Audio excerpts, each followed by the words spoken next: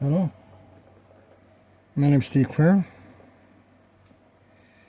and I'm continuing on with my Dungeons & Dragons Red Book Rules 1980, copyright 1980 Solo RPG game campaign project. So, I'm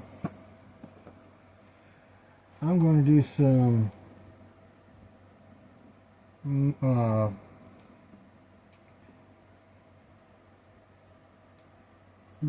reference for Dungeon Master reference for organization activities today in this video session. Okay, yeah, this is, yeah.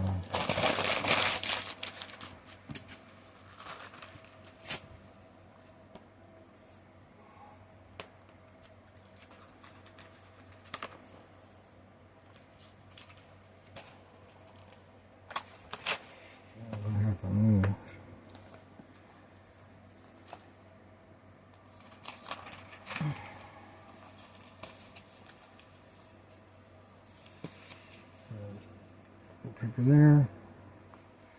This is another clipboard. Let's see here. Can you see that? Yeah. This is an older clipboard. It's all cracked.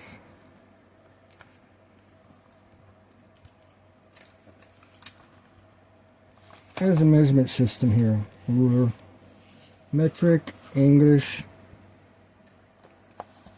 metric.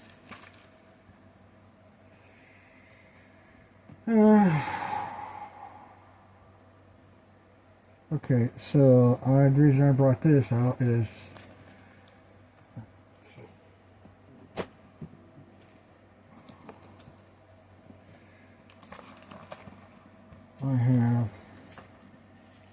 I got more sheet protectors.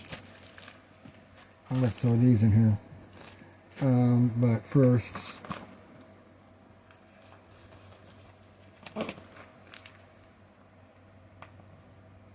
I'm going to put papers in this sheet protector so that it's better. I'm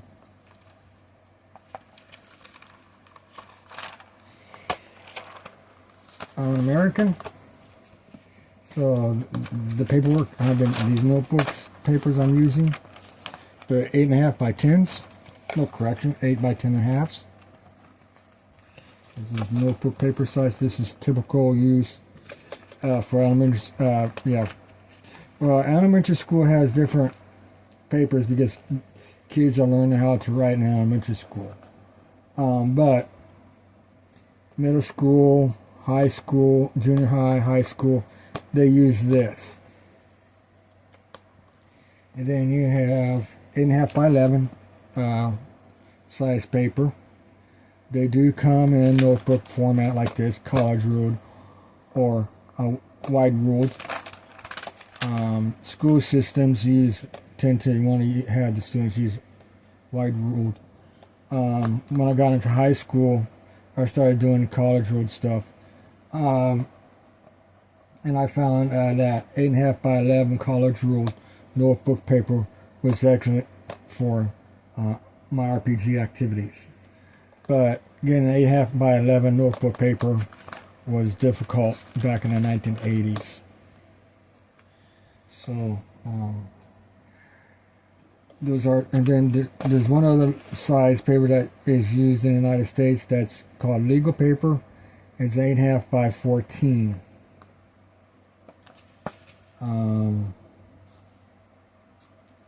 So okay, now what I do is I have these notebook papers, these letter size papers, serves as a buffer cushion for my writing. This is a heavy amount of cushion. Sometimes I use typing paper. Back in the days before computers, this was known as typing paper, or typewriter paper. but it's legal. This is always called legal, not legal, but liver size paper. So nowadays, because of computer printing and stuff, it's known as computer paper or printer paper. Actually, it's a little bit different quality. The quality is a little bit different. I think the weight is paperweight is heavier than a typical typing paper. The viscosity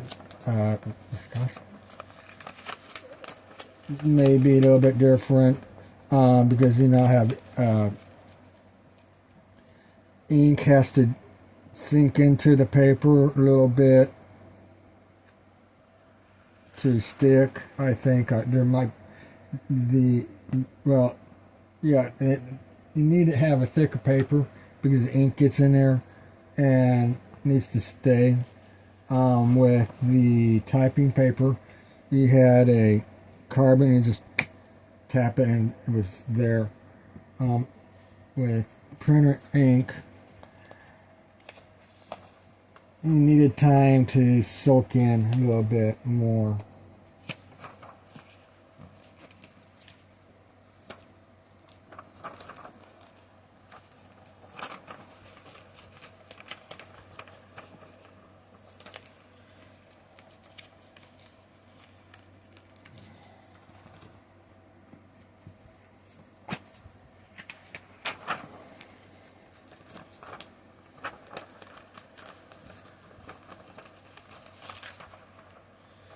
So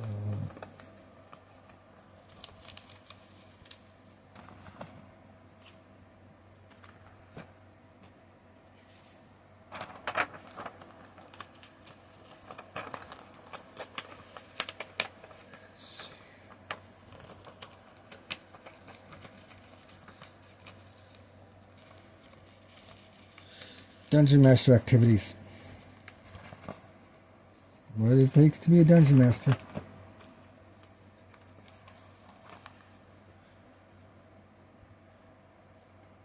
Ooh, okay. I may have done a boo-boo on the, well, the process is going to be reorganized as time goes on, because of how my mindset is, what works, what doesn't work. It's going to be, it's a testing process. I'm not really that experienced as a game master. I'm not that experienced as a player. I haven't.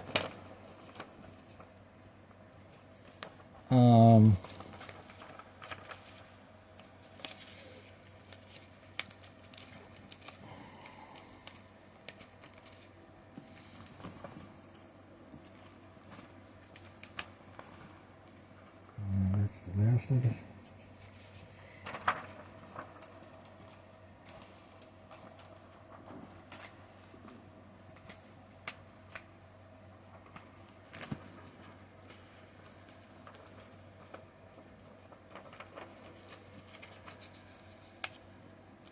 Okay, there is that.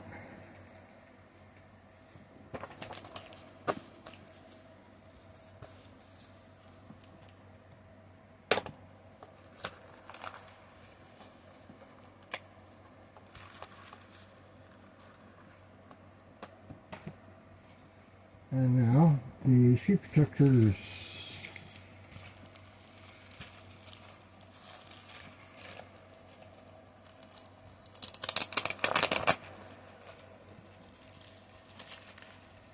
Okay.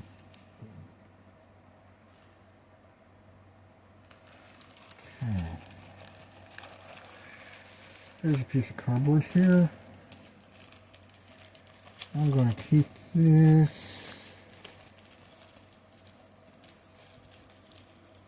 I wonder if the AD&D would work in. Oh yeah. I had I went to a comic book store game store and got a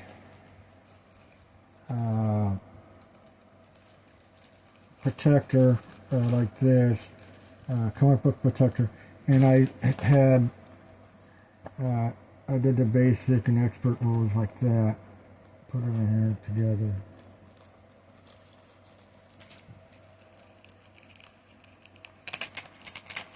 Let's see how this works out.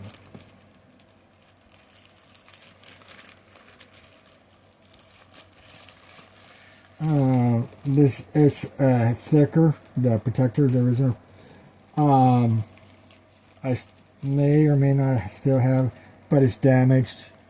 This has holes. It's not going to be a good protector.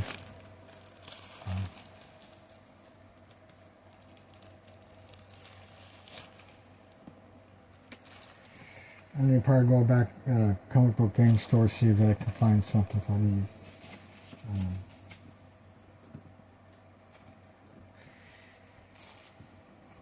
Right.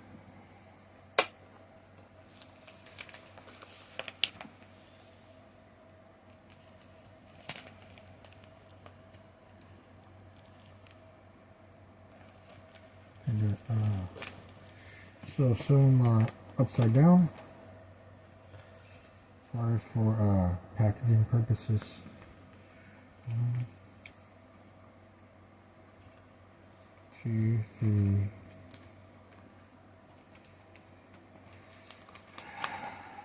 3,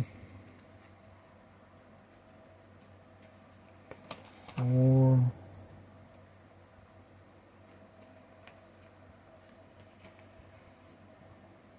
5,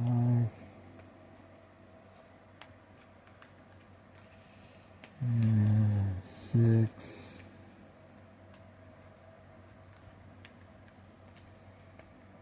7,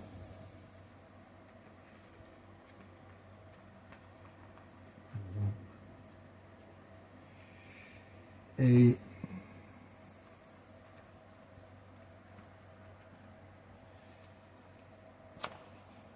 9, 10.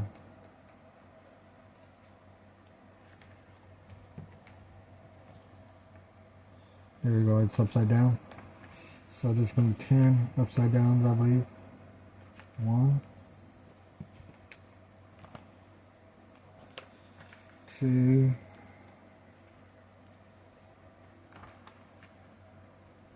3,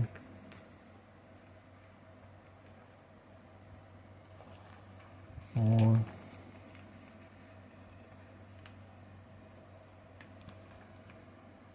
5,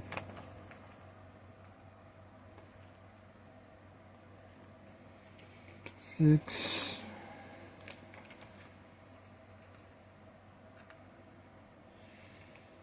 7. Okay, right now it's protectors. Okay.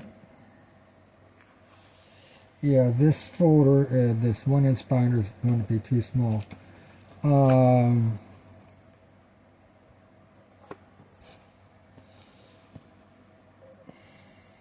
I do have 3-inch binders.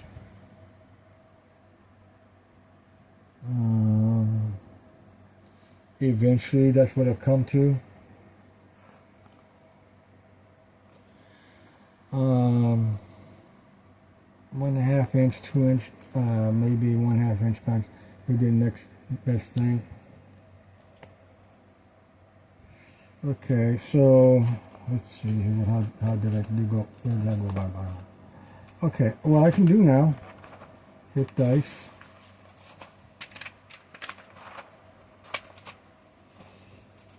Microbial. So I'm going to do the life form,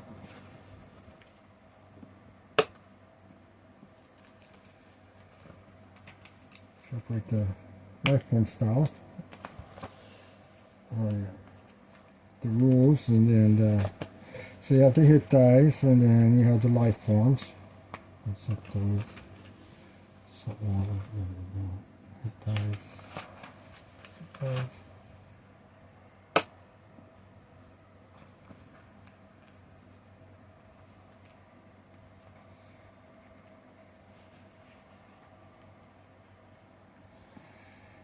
And then do this again.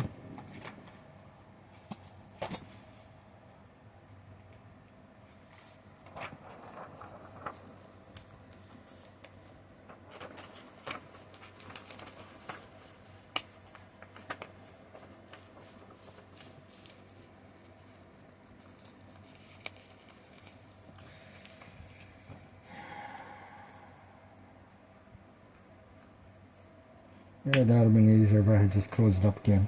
Okay, so we have hit dice, monster list. I've done, like, back in 84, 85, I made a complete list for these two. I don't know where that stuff is. I moved around so much, I'm disorganized like crazy. So this list is complete. So we got the microbial, okay, yeah. Life form types. This is environmental systems.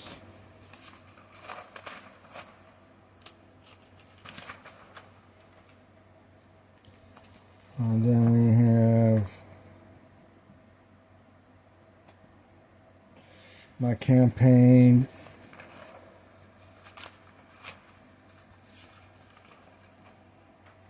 Yeah, okay, yeah, this is my campaign information.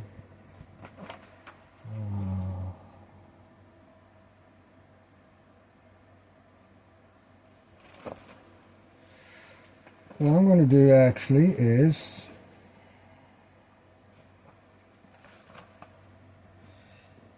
change this out.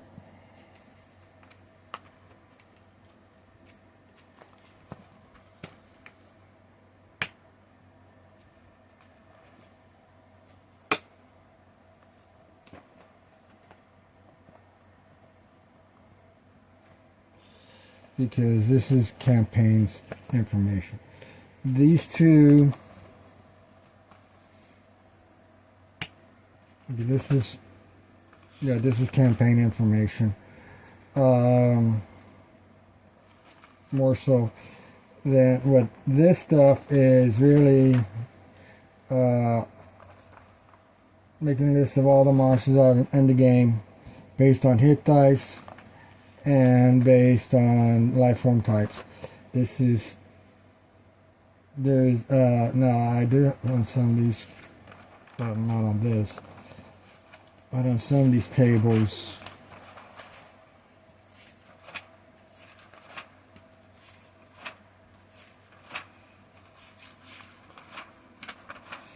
I did put on hit dice data. So this is one of my original paperwork for this campaign project. This is another original paperwork.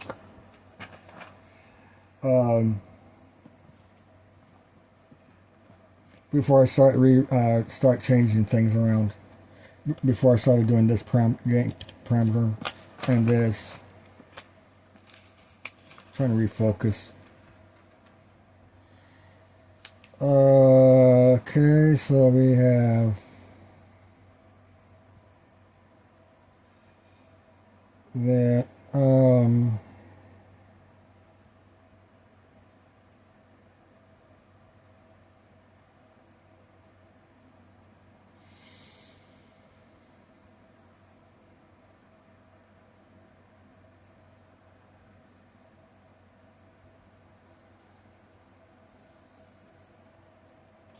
So what we can do, Traveler RPG planet size is 7. Let's see here what we can do.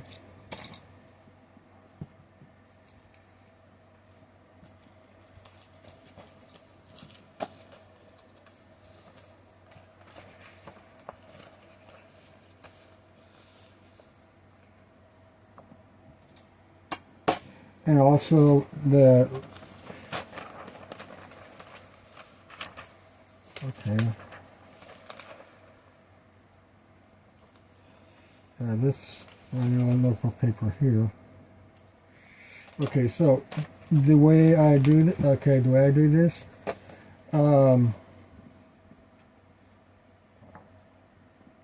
within, these, okay, so I'll just sidetrack here a little bit, but it's all good. Okay, I do,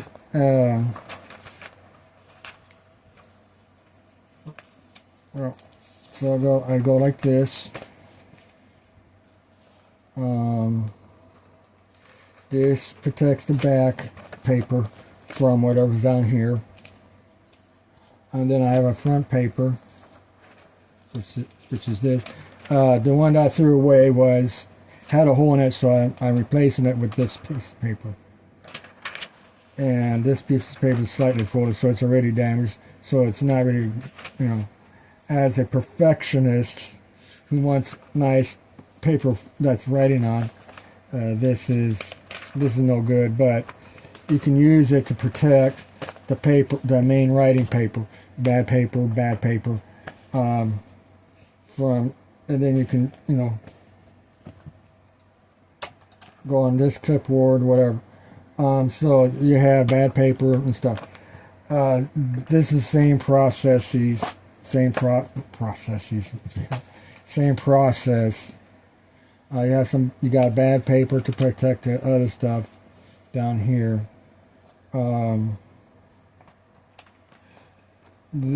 So with when I have letter size paper down here, there's two reasons for having a letter size paper. I do use the letter size paper to write on or to make drawings, whatever. I use letter size paper to when lead breaks, especially when I'm using 0.7 lead and 0.9 lead. When they break, you got to, edge it out a little bit so that way, there's, you don't have the sharp edges of some lettering, then nice thick edges on other letterings. Basically, letter weight. One of the disadvantages of writing in pencil. You have different, even though you have using lead of a specific diameter, the lead weight that you're writing on changes, does not match that diameter. You can get really sharp edges that cut into the paper if you break a lead and then you start writing on the sharp edge of the lead can actually break the paper, cut into the paper a little bit, scratch it. And then when you're re-erasing that area, it turns into a big old hole.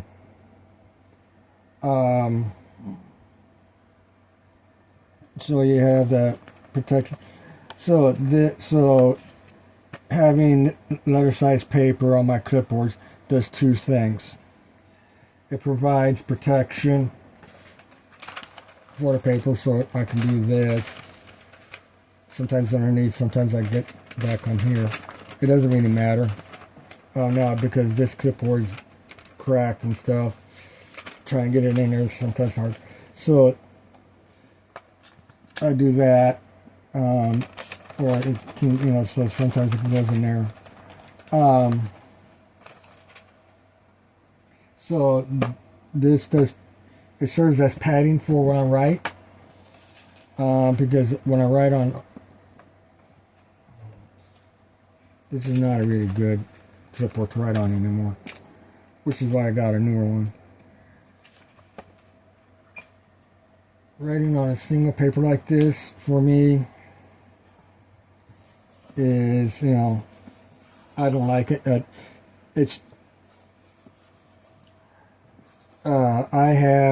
don't have a lot of fine motor control for good writing, and it makes me writing more difficult.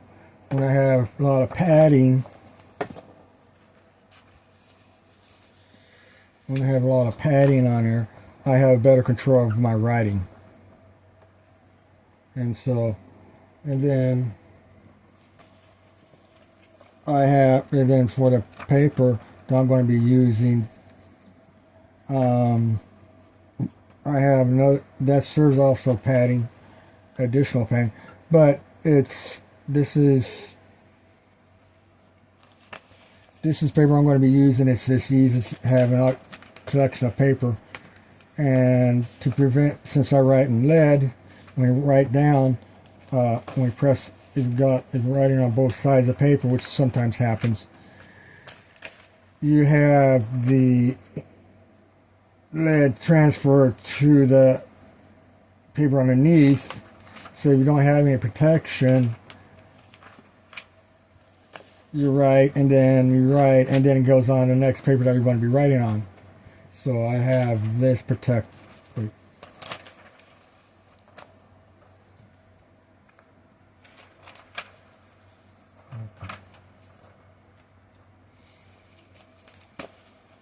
So that's why I do that.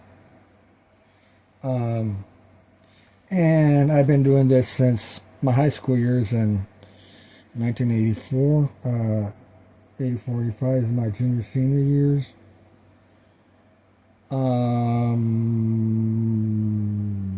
Yeah, definitely since 84, 85.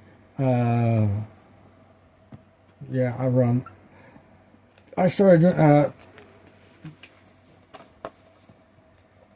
well, in 1983, I started RPGing in 1983, and, well, group playing in art. So, but in 1984, I started creating my own campaign, the Cornwall campaign for the D&D Red Book rules, and the Ancient Earth campaign for the AD&D Gary Gygax's first edition rules.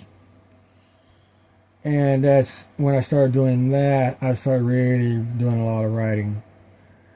And so I came up with this system during that time process. So 83, 84, I think.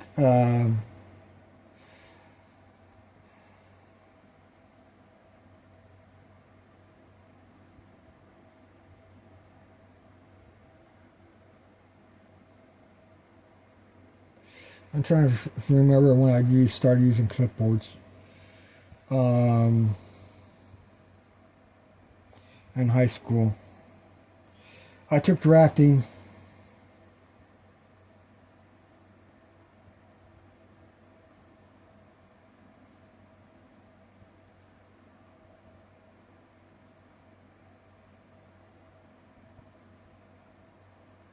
Ninth, 10th, and 11th grade.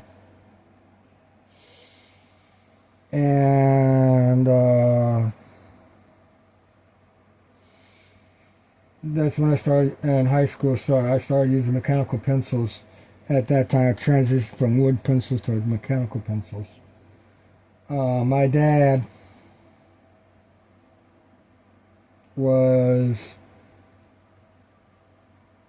has a bachelor's degree in hydraulics.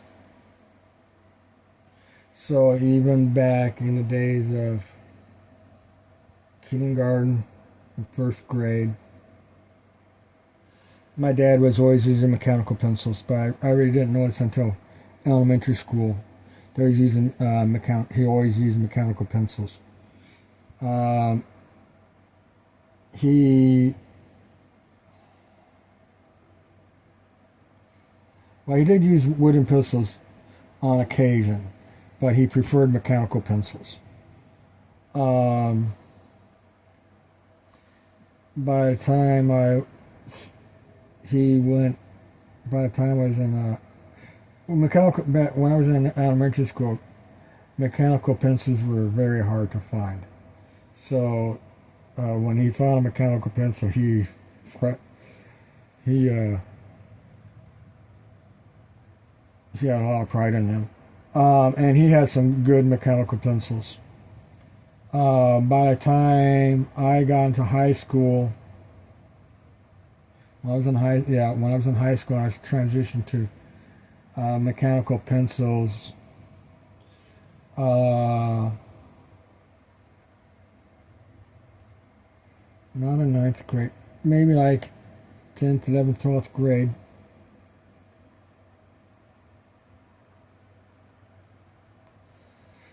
they started using, they came out with cheap mechanical pencils.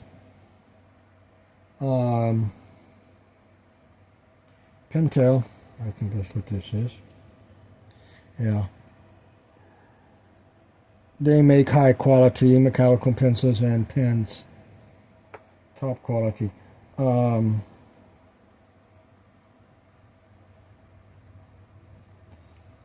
So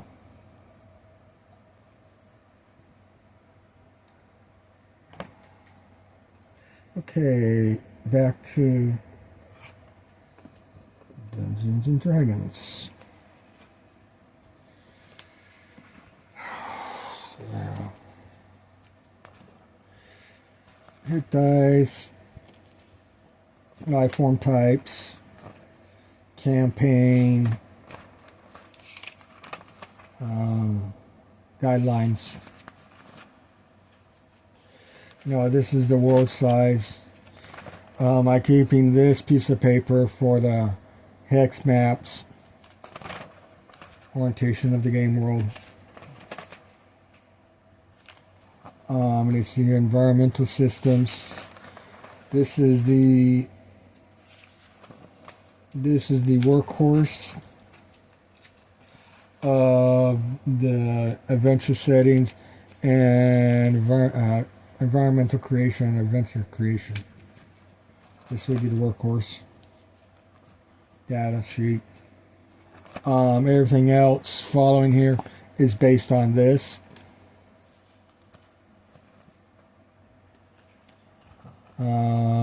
You got Orc Tribe leadership. That's monster settings.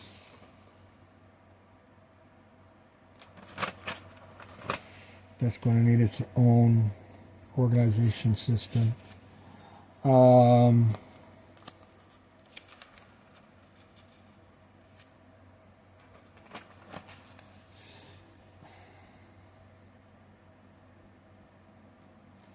Yeah, I'm going to do that.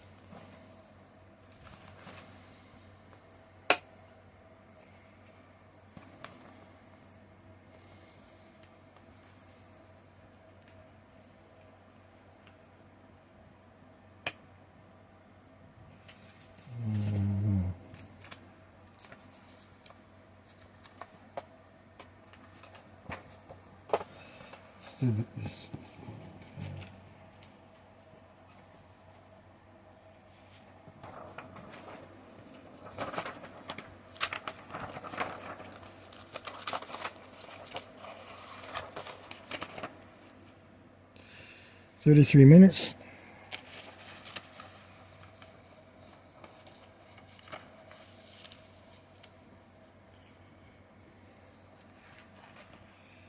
Let's see here. Yeah. Monster settings.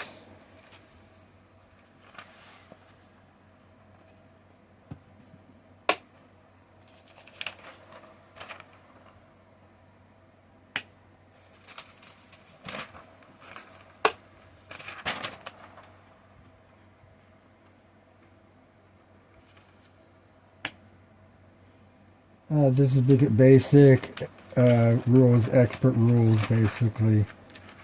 This comes first, this comes last. Well, yeah. Vampires are not quite the last thing, but they're close to the last thing.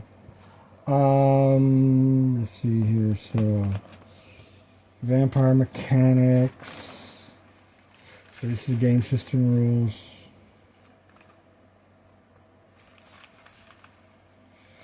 Rumor sheets. Yeah, that's going to need its own section. Oops.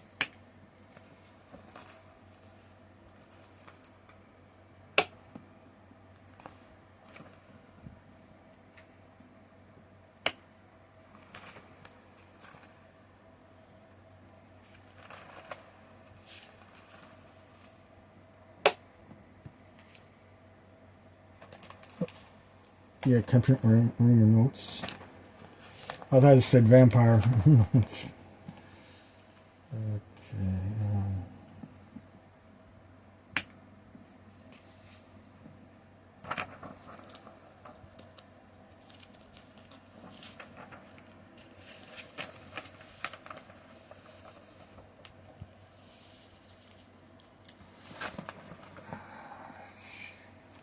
Campaign rumor notes. Okay, this is a mistake. Monster list. Unless there's there might be something going on here that I thought about that I can't think of right now. And this is the obsolete. Maybe this would be like the adventure module section.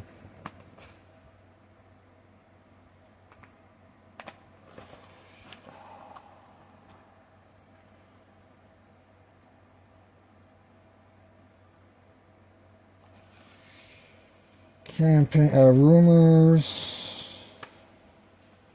mechanics. That's separate from what's going on here.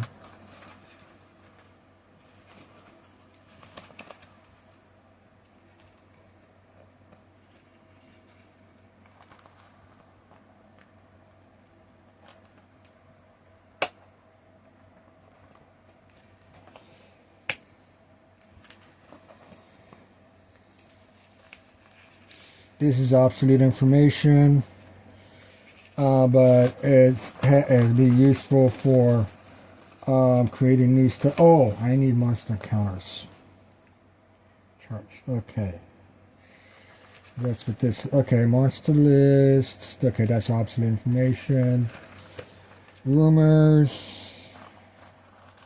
Game system rules. Okay, and then monster settings. Okay, and then we're going to have encounter charts.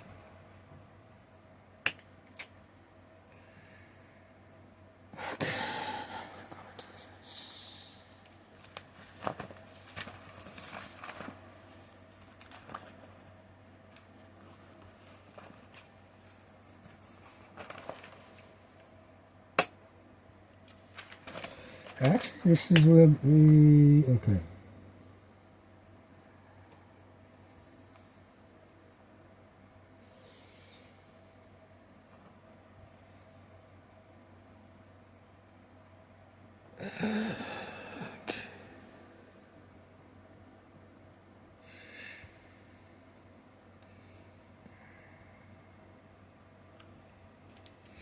The phone's not fully charged, so I don't know how much time I can recording time I have.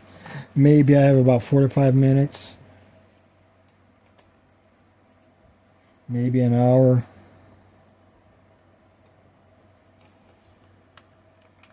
Okay. We don't need that.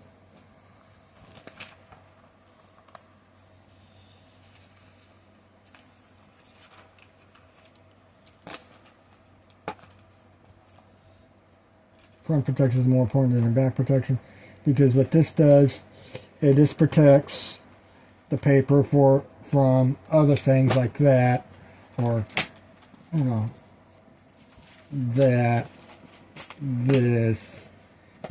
that's what this is about, as well as writing protection from smudging. So yeah, okay.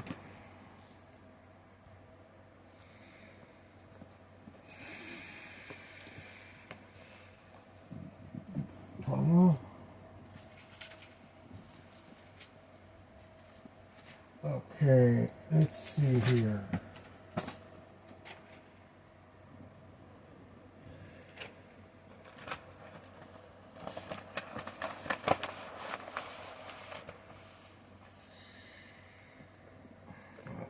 rid of that. I'm getting ahead of myself. Okay. I know glasses for what I'm doing here. This is the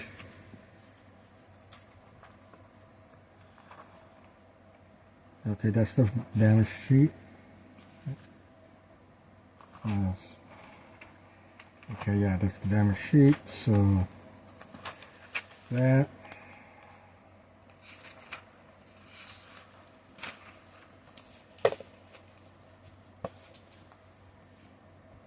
No, I need my eyesight. Yeah, I took off my glasses and I saw the fold better without my glasses on.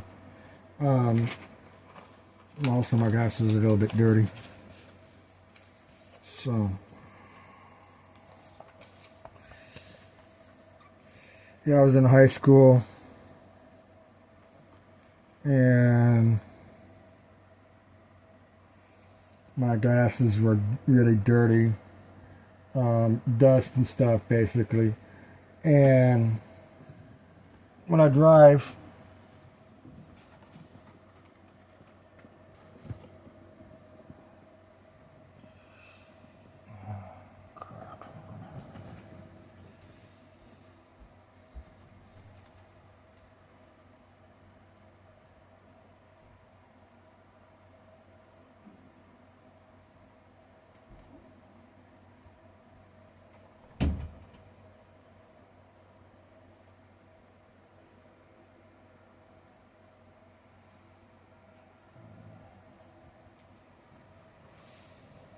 I use toilet paper to clean my glasses. Soft. There's clean. I don't have Kleenex. Well, I do actually have Kleenex.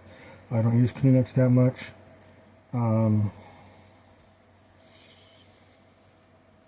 I use the Charmin Ultra Soft for glass cleanings and stuff. That does a really good job. The harder, the more papery type scratches the lens. Now these lenses are, well, the coating is going bye-bye, but these were scratch resistant lenses, plastic. If these were regular glasses, they'd be twice as thick as what they are now, and they'd be really heavy. I've been using these plastic glasses since high school.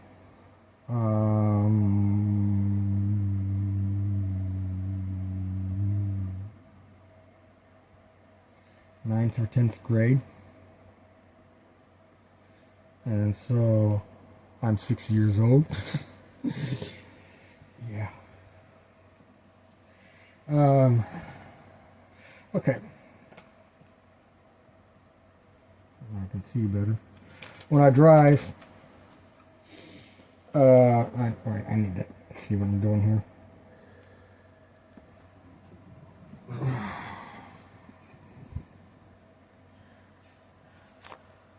The windshield, like when it's raining, there'd be a lot of little tiny drops. Then it depends on the rain. You can get a lot of little tiny drops. You get a bunch of big drops, depending where you are. I can see through that, and then eventually I will wipe, because when it first rains, okay, you're driving on the road and it's not raining, then it starts raining. I let the windshield get really soaked up before I turn on the windshield wipers. Basically, allowing the rain to act as lubrication for the wipers against the windshield.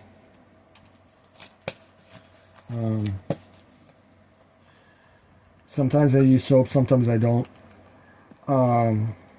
for that process.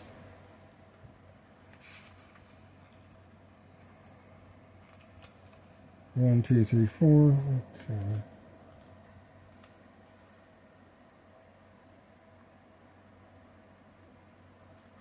There we go. There's my eraser.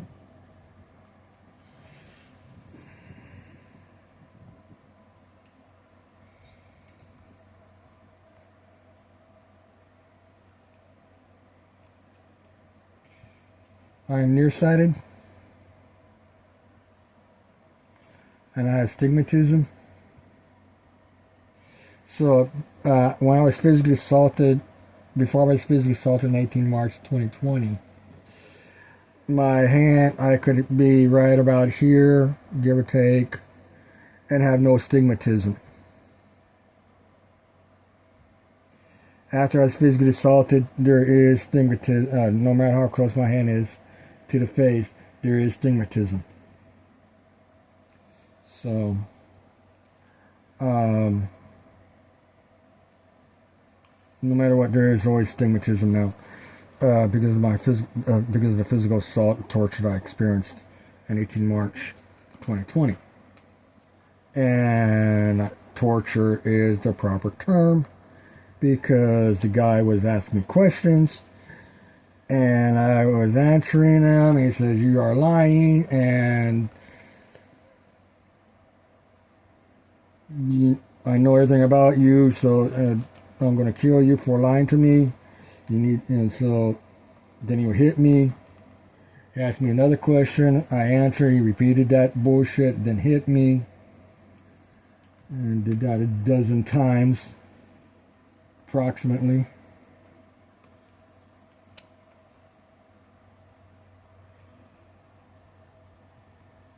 So,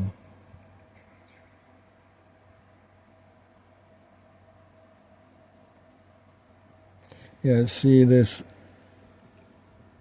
Okay. Okay, let the camera adjusts.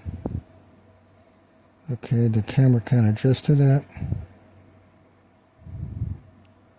The lead is not edged. Okay, well,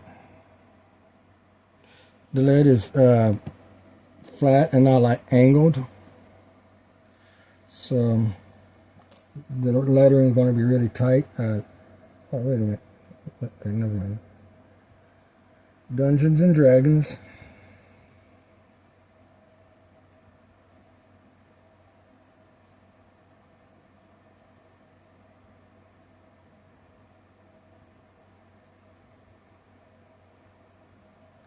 RPG.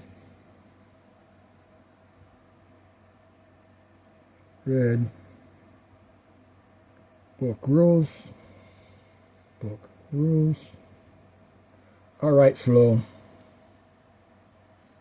Copyright 1980. Encounter tables.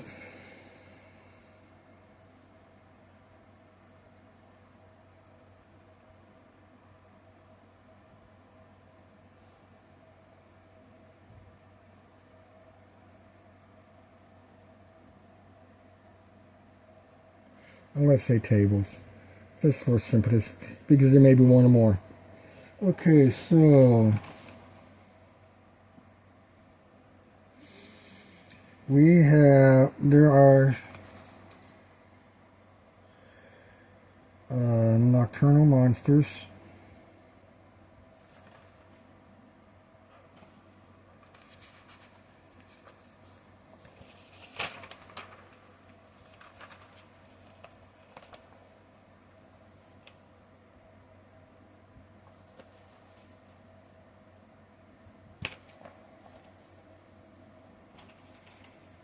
Nope. Okay, what I'm trying to do here.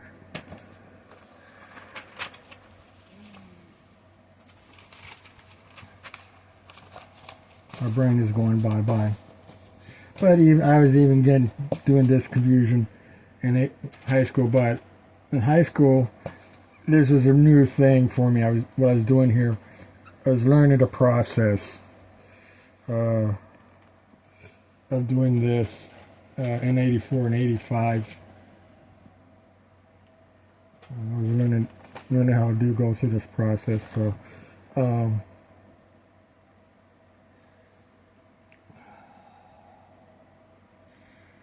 So we have nocturnal monsters.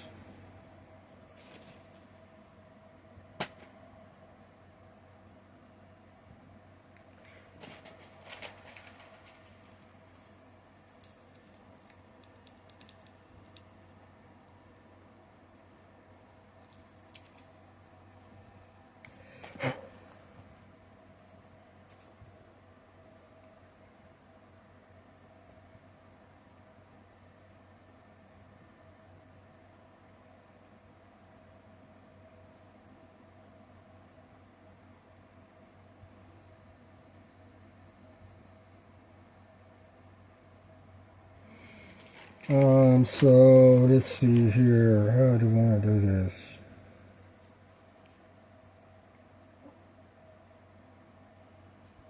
So all the nocturnal monsters are 1, 2, 3, 4. We got 7 nocturnal monsters.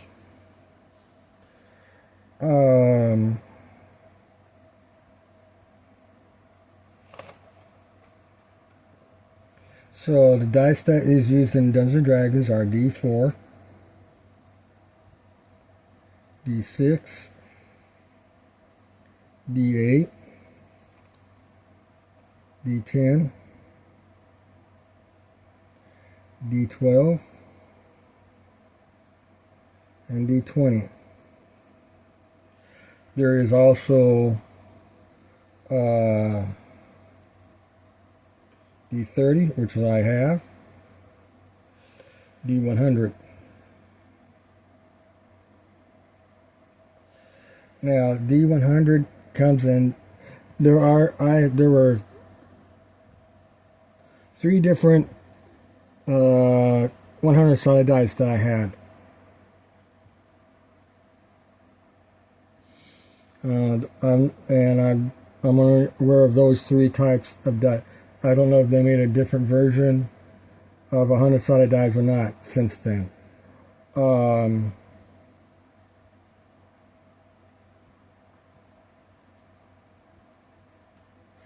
So, but also with the D100, you can use a 2D10 for representing the 100 sided die roll.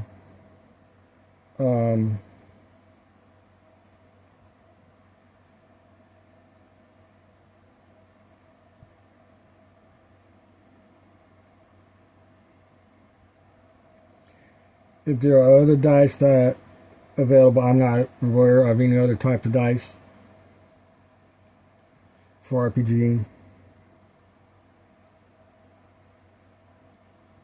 For example, a D50. I don't think they may okay. Such as let's see. So we have 1, 2, 3, 4, 5, 6. Probably 6 different monsters lists. D100s. Yeah, I can do it well.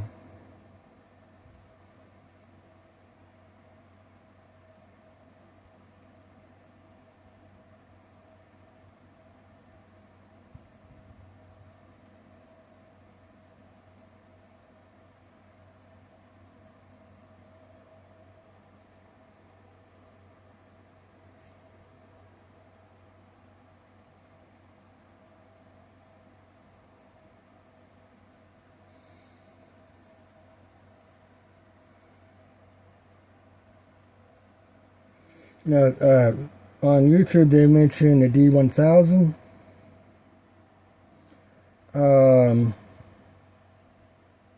But they don't have a south-sided die. Okay. So that's not going to be that's not. They had a 100-sided, they made a 100-sided die. So D1000 does not count.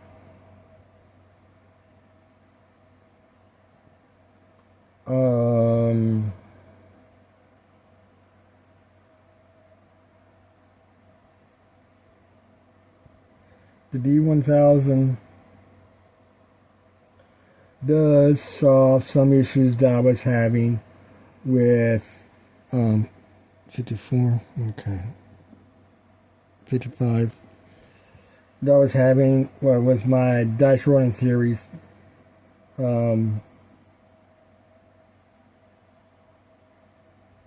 Back in 84, 86, when I lived in Victoria. and between 86 and the present, well, around, I stopped really thinking about it around 2020. So 86 to 2020. But, you know, then between 2006, well, in 1992, I was writing GW Basic. And so the percentile system, 1d10, the 2d10 percentile system was, you know, a d10 was critical. D10 has a percentile, D10 has a 0 through 9, or 1 through 10. Coding went from 0 to 9. So that was important. So a percentile, 0 through 9, 0 through 9 mattered. So and a D1000 would be 3d6, 1d10, 1 for the ones, 1d10 for the tens, and 1d10s for the 1000. 1d10, not d10s. Okay. And that really, you know, I was, you know, looking at the speed of light being a value of 10 or a value of 100, depending on the dice system, was really not good. A D1000 with a speed of light would be better. So yeah, and the D1000 does solve issues, some RPG dice mechanic issues.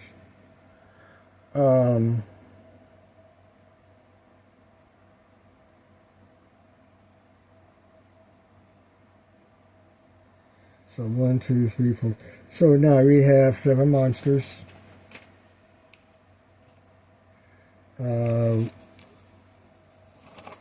So a D4 chart, example D4.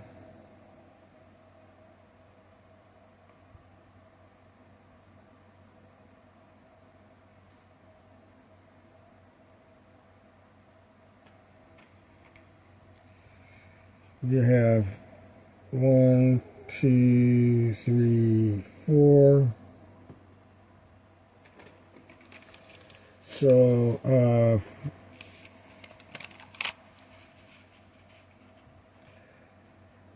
we're going to look at the normal bat,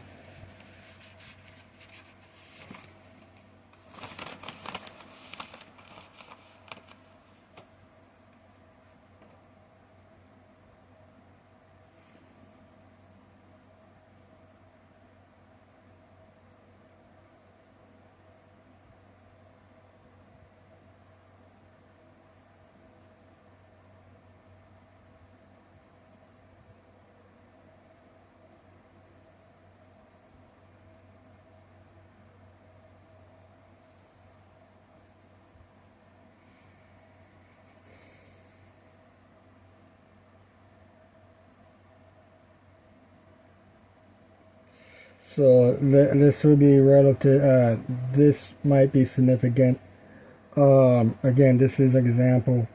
So putting down the hit dice and the hit points and the game rule set that it came from. That'll help for referencing future things. Let's see here. So we're going from the smallest to the biggest. Second smallest is orc.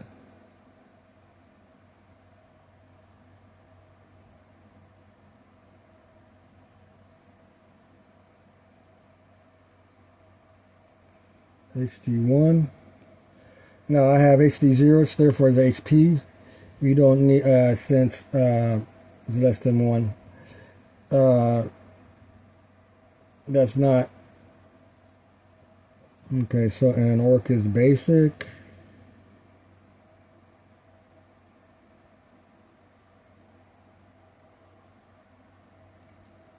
One plus is a giant fire beetle.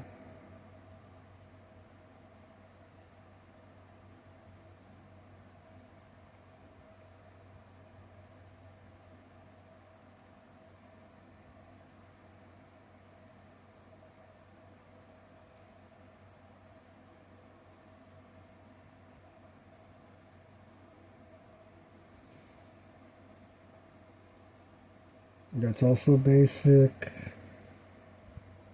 And HD2, giant bat.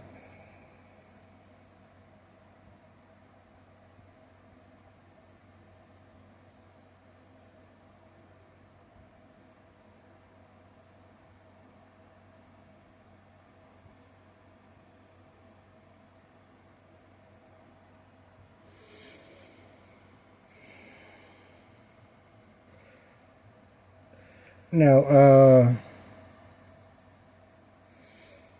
it says in here,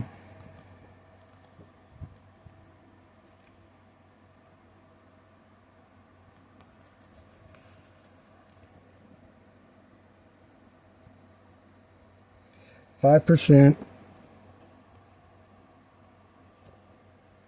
There we go. 5% of all giant bat encounters will be groups of giant vampire bats.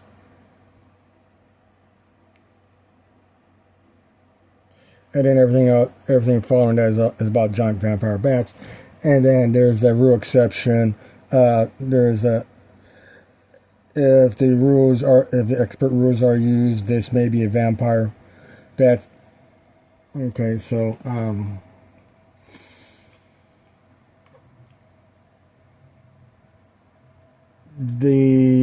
as a dungeon master, I can say, well, the way the way these rules are written. Now, I don't know how Beckme does it. The newer version of this does it. It says on the vampire bats, but the way these rules are written, it is assumed. Well,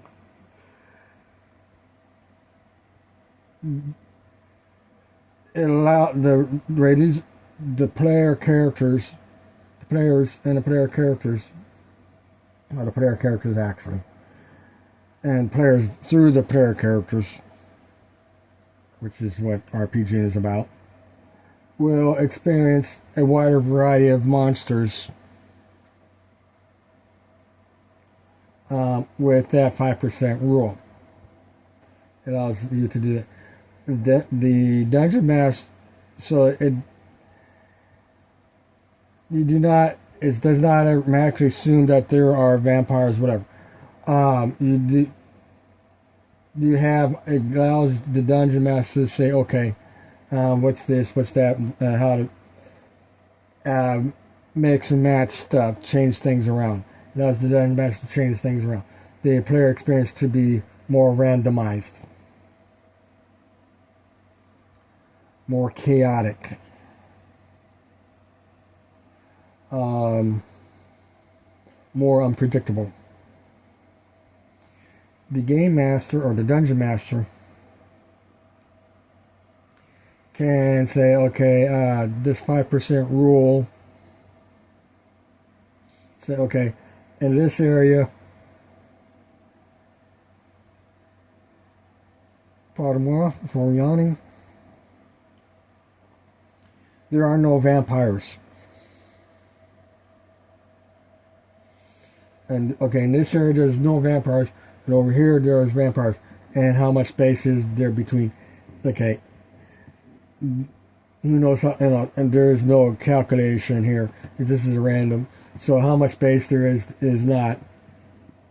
How big is this area? How much space is there? And how big is this area? How much space is not being calculated? It's all theoretics. Okay, for example, maybe this is a base city that the village that the player characters originate from, and then this is the castle or abandoned building of a level 10 fighter, or higher level fighter that's been dead for 100 years, and the people got killed out due to a war, and so it's been abandoned and nobody messes with it. So this could be a castle. The vampire could be a castle, and the castle is adjacent. The castle territory is adjacent to the village, hometown village. But to travel to the castle proper itself may take a couple hours or an entire day, depending on how the dungeon master wants to do that.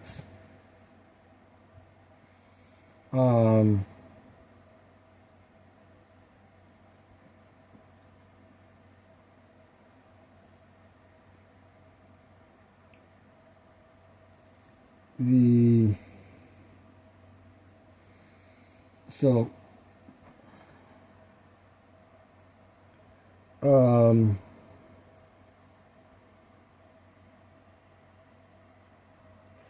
so with this chart, okay, so we got that.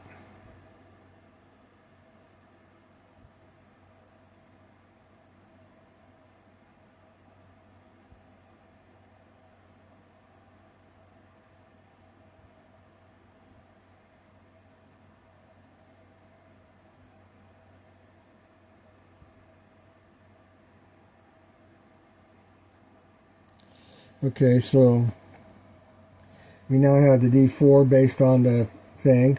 Now we can do it. So I can say, okay, vampire bats. Then I can say, okay, maybe, no vampire bats. Then I can go, example,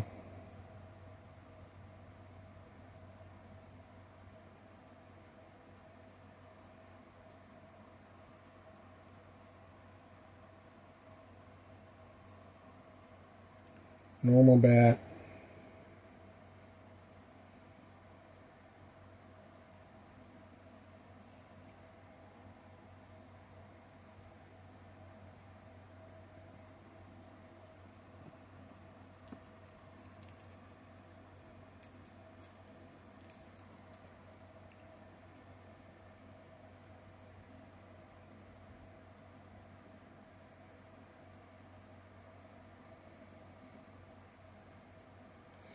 No vampire bat. And then with this chart, oops.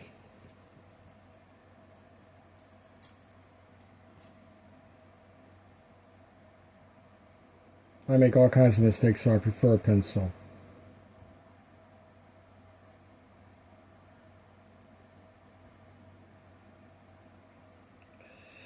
Orc. We're just following this chart here. This is an example chart. We're just organizing monsters. An actual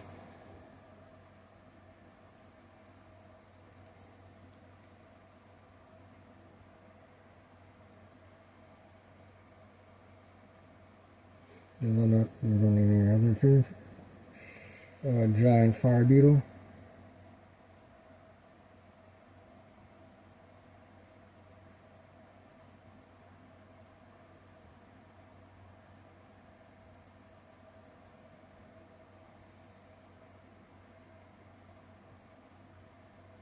One plus two, and that's a basic. And then a giant bat.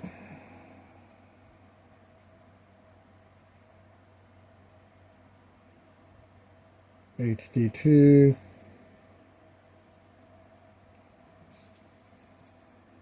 Spaced that wrong.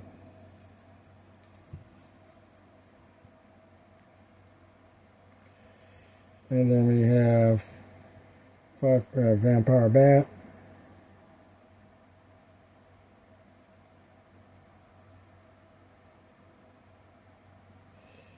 Center that a little bit.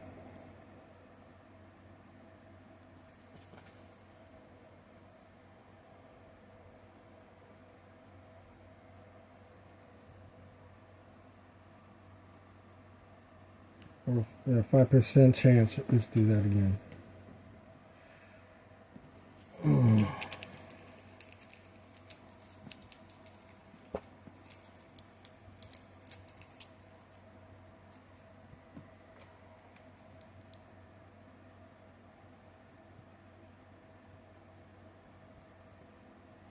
Let's just use it to start from scratch.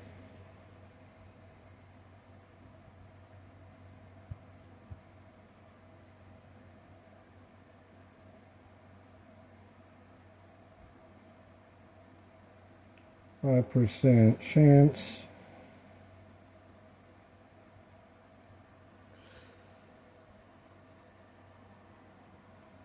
So we can do that.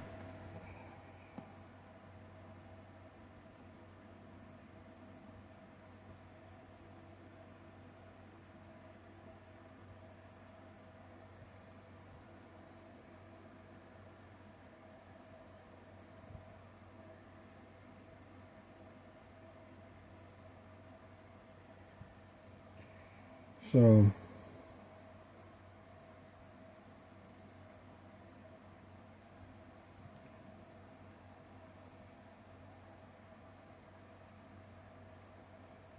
version 1 A, and then we go version 1B.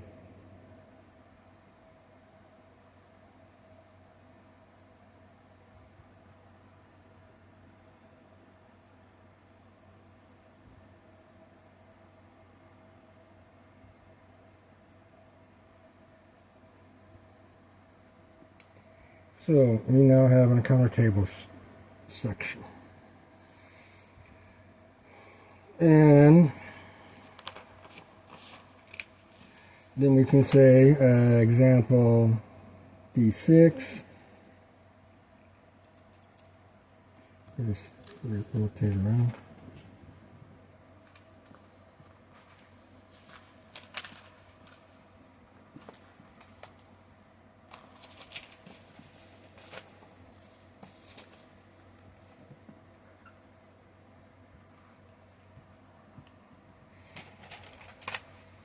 And depending on the environment, the adventure section, we can change out we can say D4 include white apes, Ragadessa, orcs, and giant, we'd have the biggest monsters, which would be the Ragadessa, the white ape, a giant gecko lizard,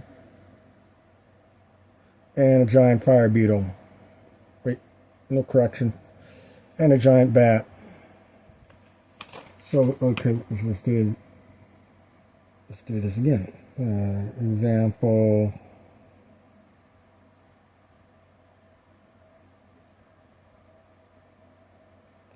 D4 version 2.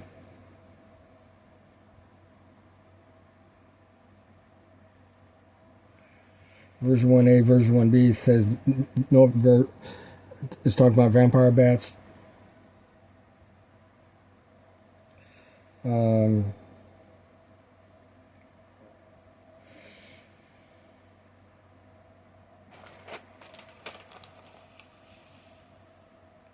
Ragadessa. No, since we're just listing monsters right now. Ragadessa. G. Is that GH?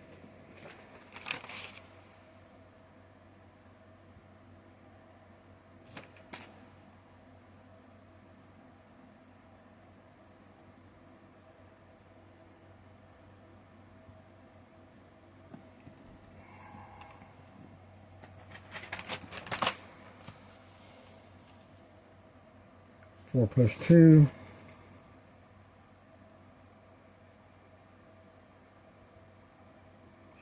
That's an X.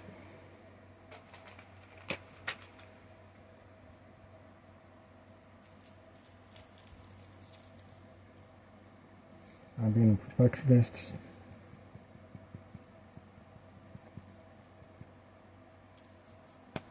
I want spacing between the monster and the hit dice data.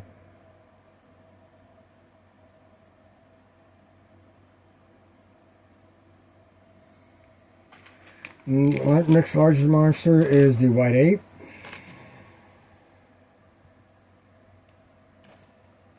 Perfectionists on the R.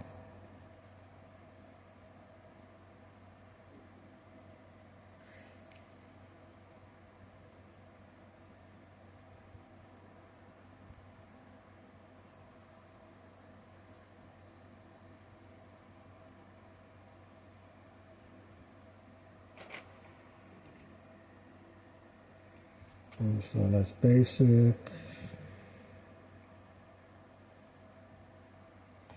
The next largest creature is the giant gecko lizard, which is 3+1.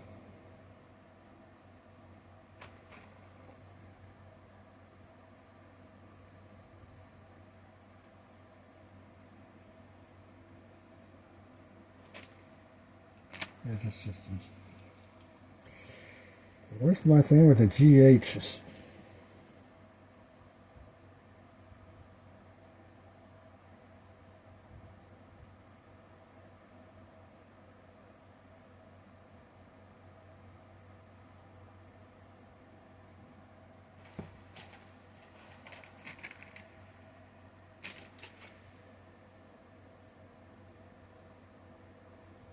And that's a basic. And then we have a giant bat.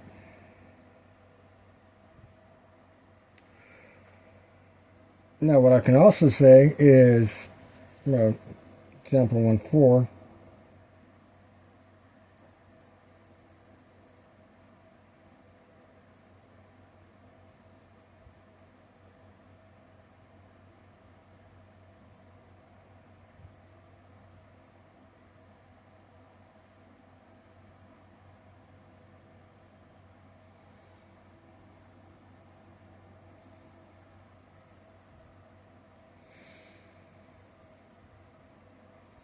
okay, so this is an example 2, version 2.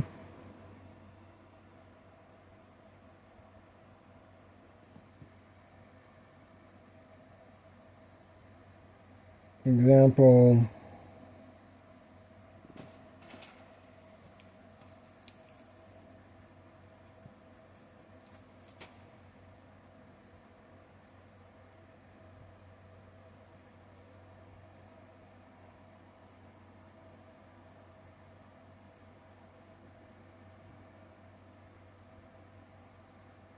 version 1C.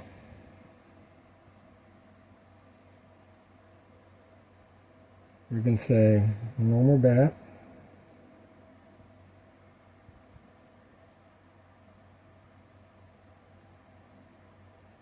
HD0, HP1,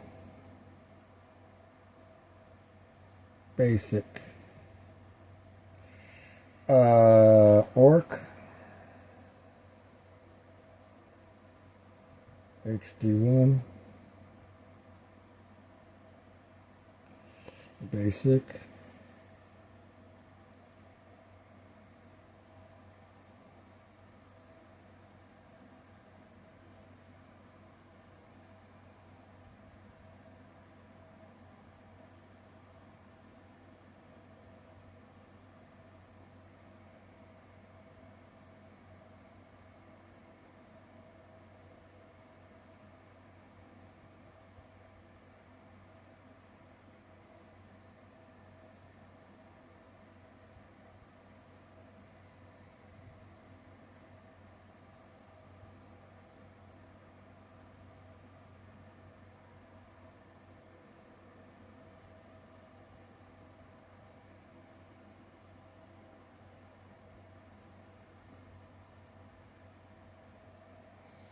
and then so we have version 3 for the D4 version. We have 1A, 1B, 1C, instead of saying no vampire bats, okay, or having vampire, there's a 5% chance, you can say it's just, instead of a giant bat, it's a giant vampire bat.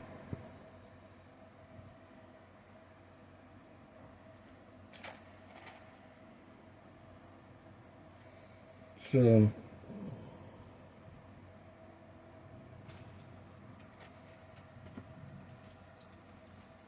actually this would actually make more clarification.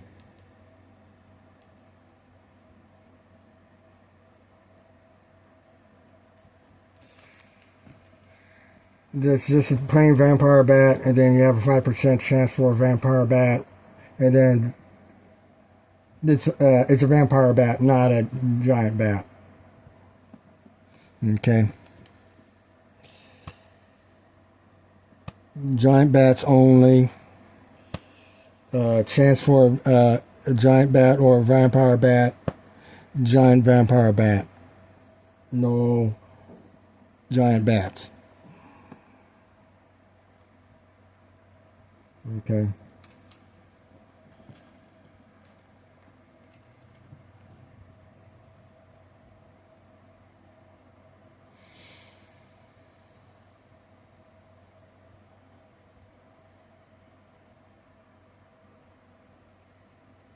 Again, version 2, 2A, 2B, 2C, we can do that too. But, you know, this is just an example of how things can go, so we don't have to do the verifications. Unless you want to use all of these charts. This is an example of how we can do things. So,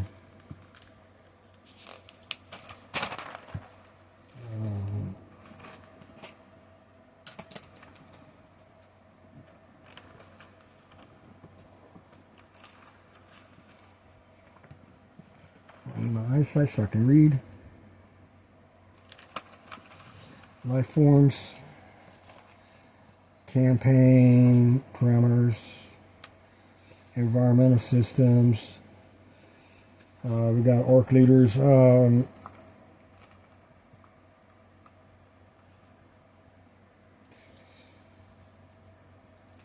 don't know how that's right now. That's tribal stuff. Monster settings, encounter tables.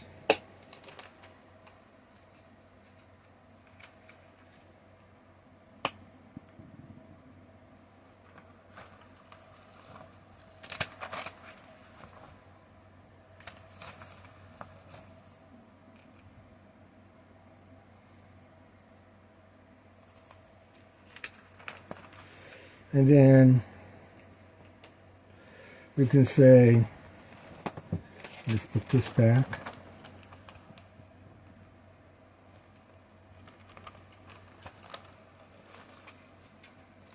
Okay.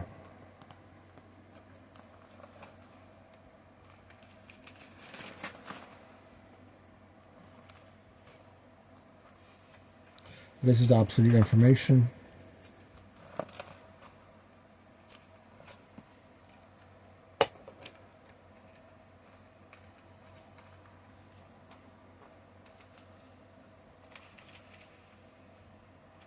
Yeah, this is getting too small now.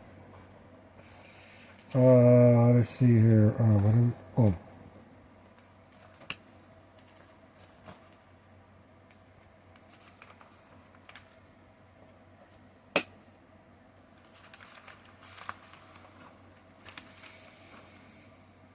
Since what I am focused on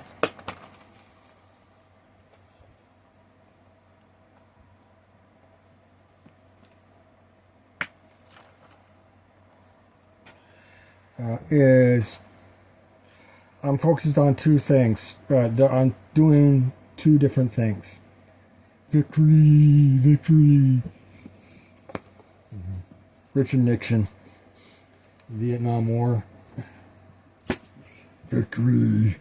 Well, that's not his voice, but victory. I think it's more closer to his voice. It's been a while. I could mimic a lot of people's voices when I was young. I could do his voice too, but I haven't heard his voice in a long time, so I don't know what it sounds like anymore. If I hear it, that's Richard Nixon. So, yeah. My pre-K years, W.C. Fields. I could sing. I could do the song. I could mimic her. The song on Brass and Pocket. I could sing sound just like her. I can do the Wars Lowrider. I mean, that is so easy. There's not. My voice is actually good. And I'm not singing. I don't have to sing Lowrider. I just speak it. You know, it's not. You know, Lowrider is not really singing as much as alternate. You know, theoretically, if you go back to medieval ages, you don't speak normally. You speak. You know, you speak it in rhyme and stuff. You know, it's not low rider. You know, it's a different way of speaking. I am good. You know, it's like David Carradine's Try Kang Kang and the original Kung Fu series. You know, a foreigner speaking, you know, processing the secondary English as a secondary language type thing. You know, if I was to do Cherokee, war would be perfect warm up. Let's see here. I could do Magic Man. I could do her song. I could sing that song in her voice. You know, I had a lot of range in my voice back when I was younger.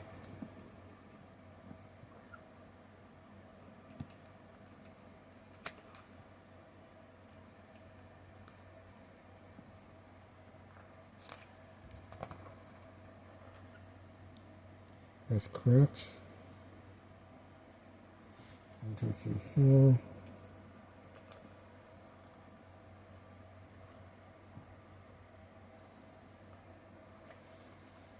That's off a little bit.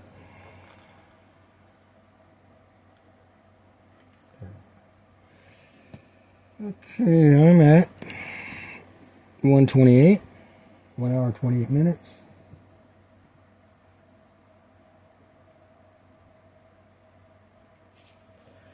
Dungeons and Dragons.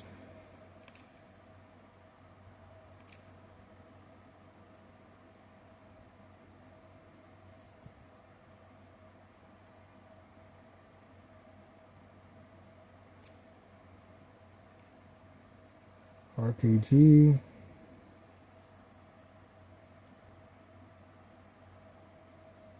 Red Book Rules.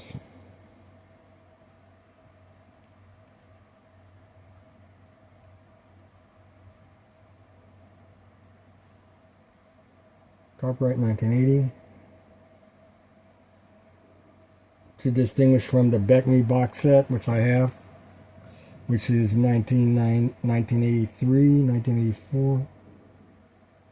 Each box set was a year later. Like I think the last one was in the 89, 88. So Basic, Expert, Companion, Master, and Immortals. 89, 87, 86, 85, 84. Or I think maybe these two were same year. 89, 86, 80, 89, 88, 87, 86. Okay, wait, 85, 86, 87, 88, 89. So yeah, 85 was when the Basic came out. and then 1 year after each. So, and then 89 AD&D second edition came out. 89, 90. That was okay. Encounter charts.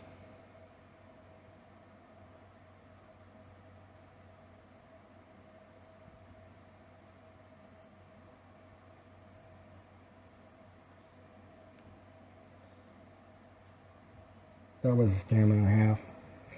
Okay, but I never got into it. Hit dice under 1 monsters.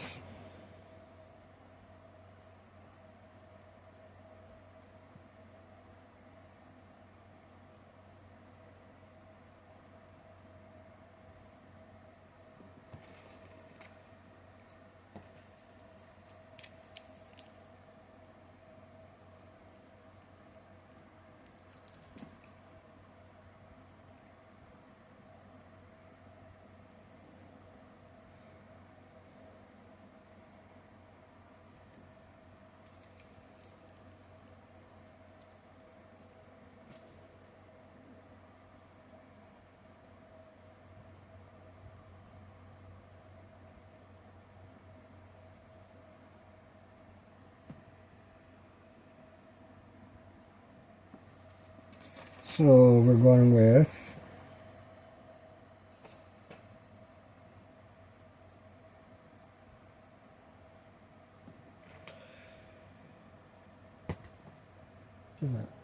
we should go. There you are.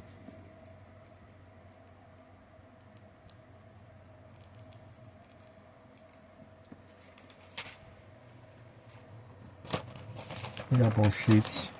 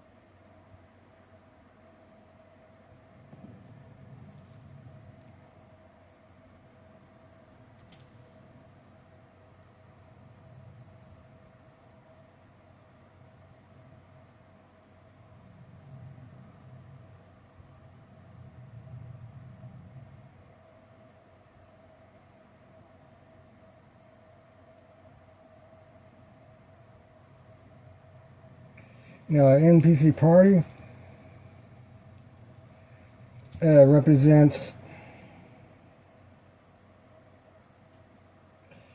character classes as monsters under 1 hit dice. So you're looking at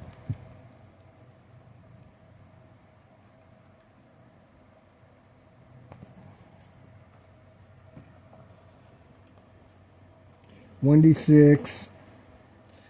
Clerics are 1d6.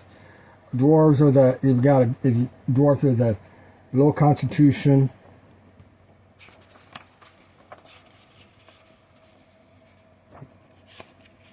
There we go. Constitution minus that's high.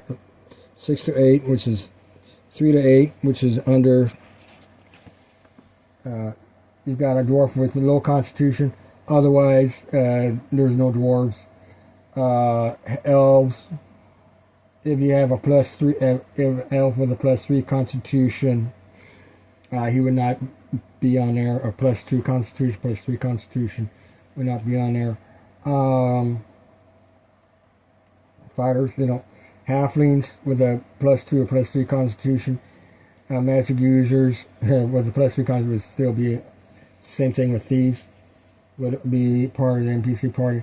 So the dungeon master, when it comes to NPC parties, can generate stats, and actually for all monsters.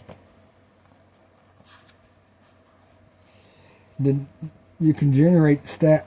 This is true with Dungeons and Dragons, Red Book Rules, and with Gary Gygax's AD&D.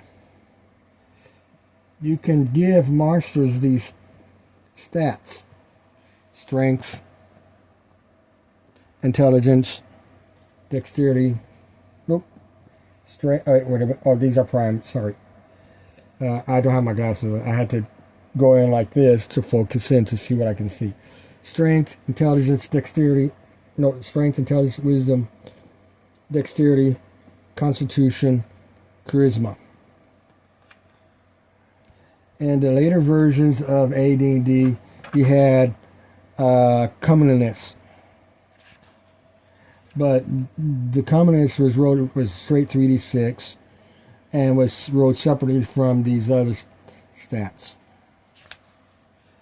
So you can use these stats, give monster roll stats for monsters, could give them action checks. Give monsters action checks.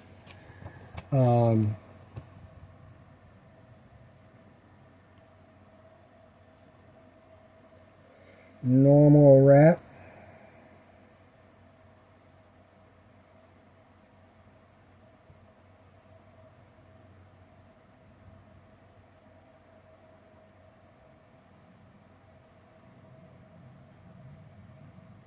Giant rat. Seriously?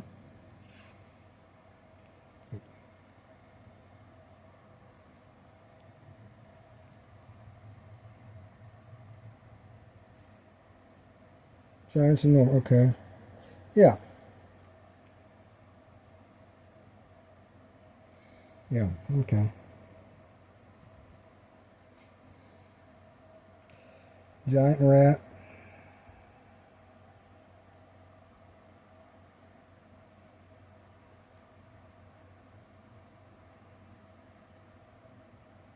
And a sprite.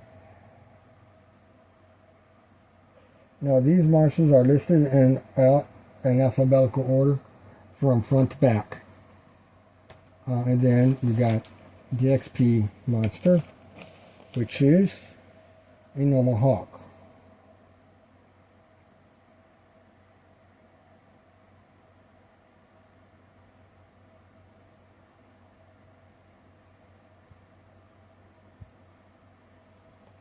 So let's go with X, B, B, B, B, B, B, B, B, B, B, B, B.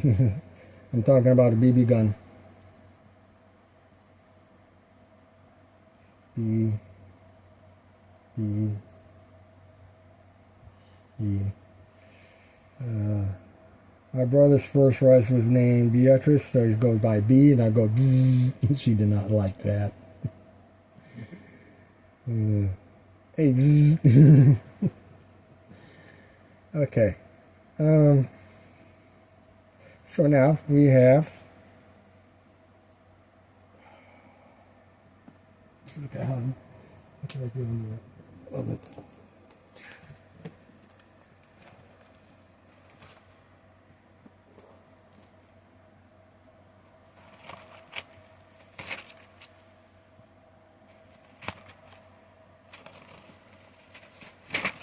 Mechanics.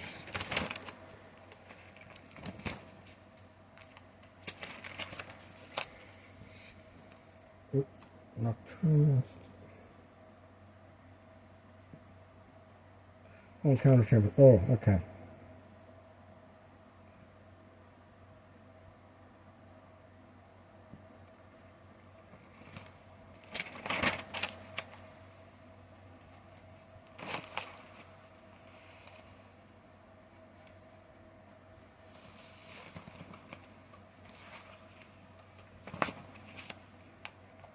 Oh, that's the obsolete paperwork.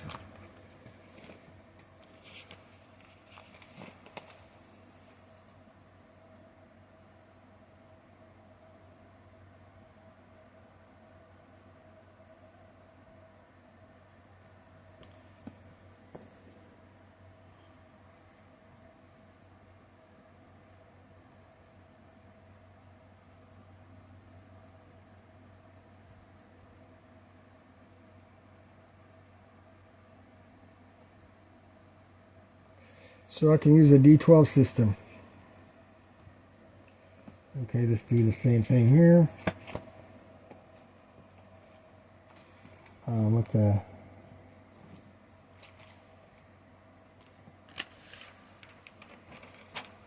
we can put that away. Just need a counter chart.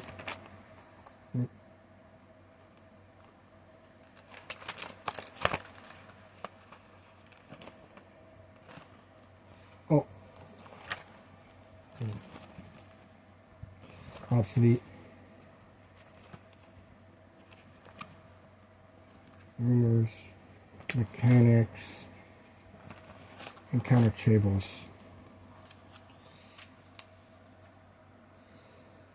Yeah.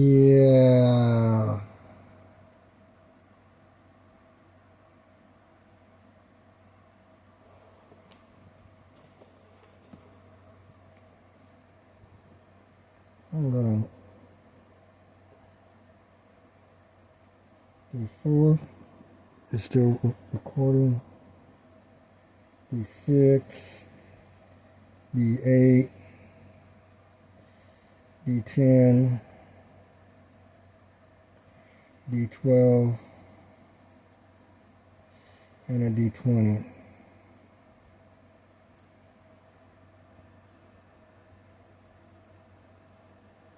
So basically what I did here was I combined an obsolete data sheet with this new data sheet format.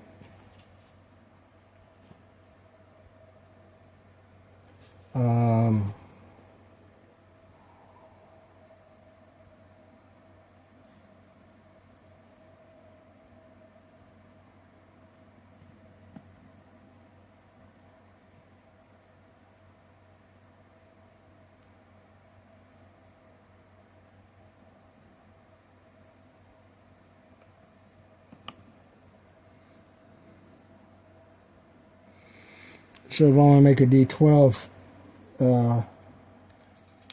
monster sheet, we have to either go on the back or create a new data sheet.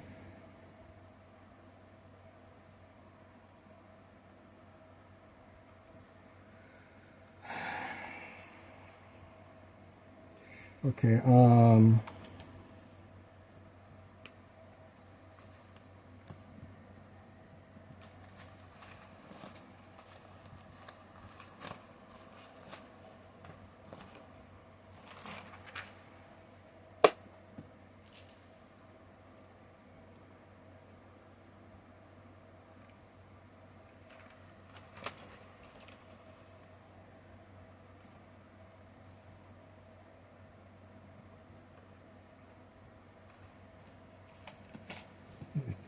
my eyesight, okay. I'm going to see what original paperwork I have.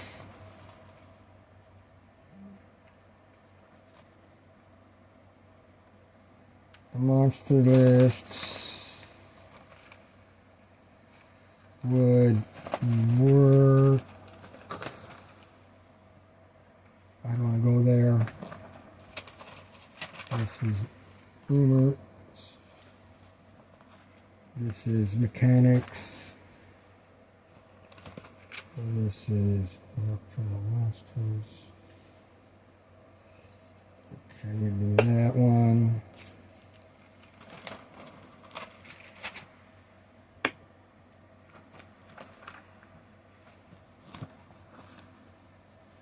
That's a new thing. That's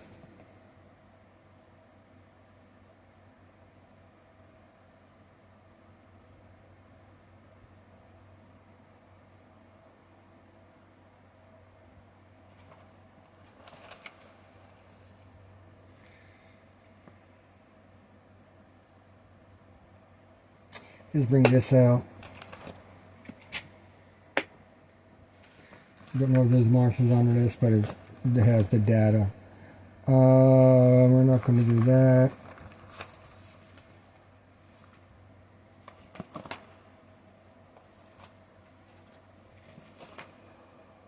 Those are campaign materials.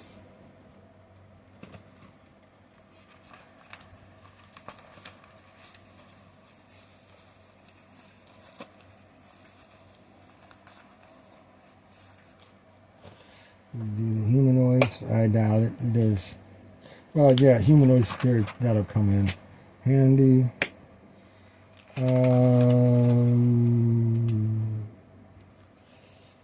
Just bring that out.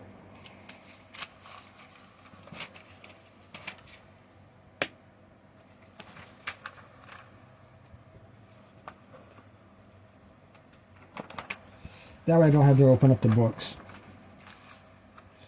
And then these are not. Okay. Still recording. I may have actually 2 hours on there available. Because or maybe 3 hours. Okay, 147. Okay, once I get this done, I'm going to end the video here. Okay,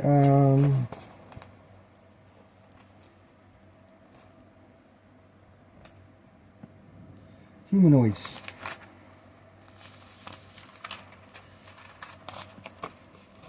These are, I just saw humanoids here. Goblins.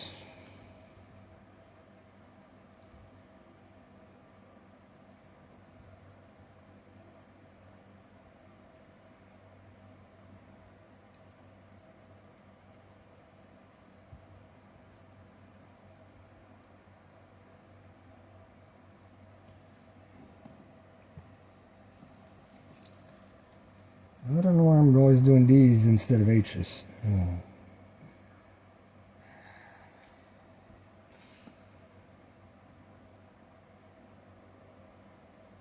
HD 1 minus 1 and your basic. Okay, I don't have to do that. Halfling.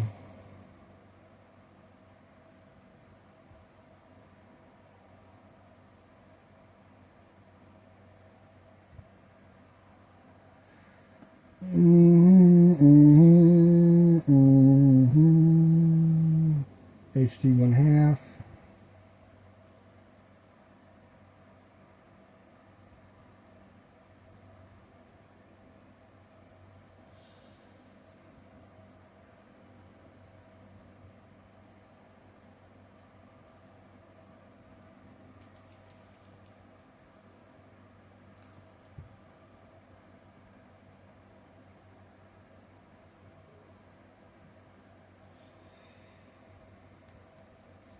Normal human. Oh, that's a humanoid, so that's an NPC party.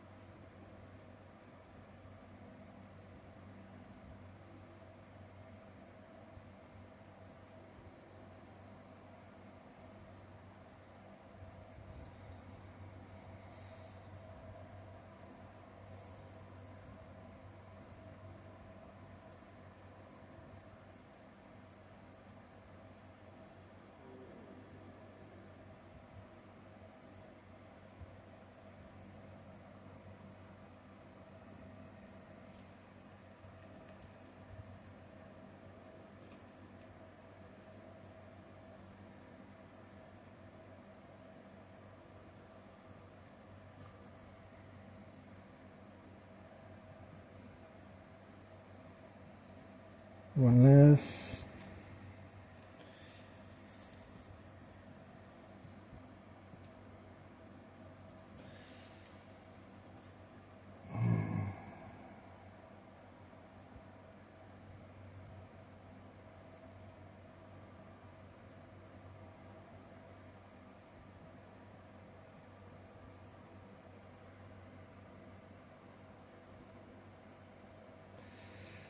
Normal rat, that's not humanoid. Giant rat is not humanoid. Sprite.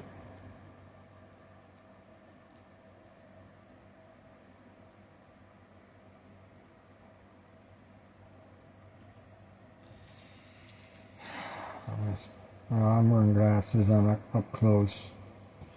So that's part of it here.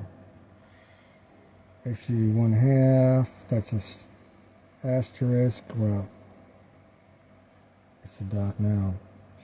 HP 1 to 4.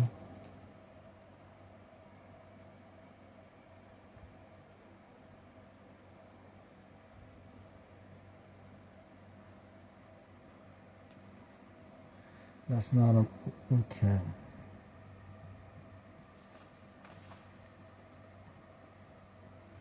That's taken care of. Now we got normal. Do we have undead in here? Nope.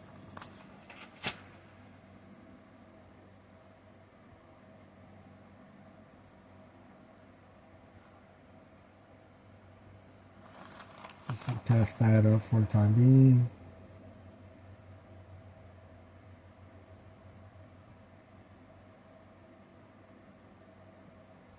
A normal bat.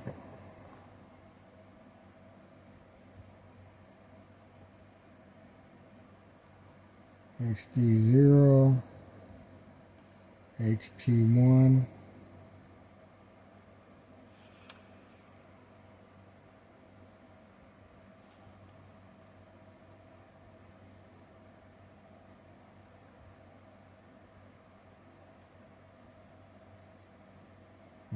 That's that.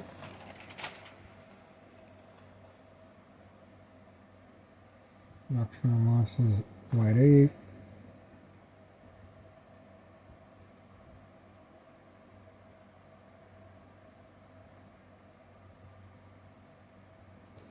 Normal bat.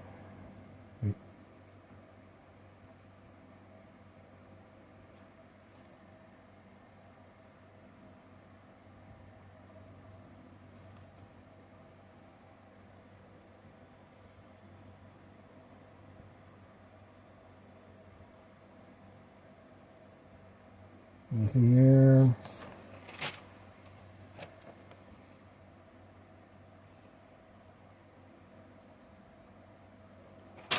Nothing there.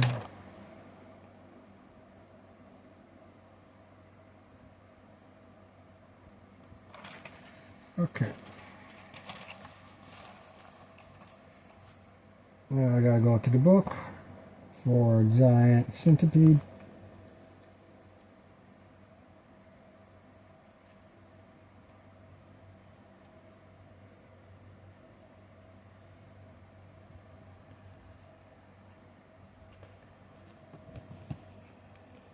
HC 1/2. Already here. Up here.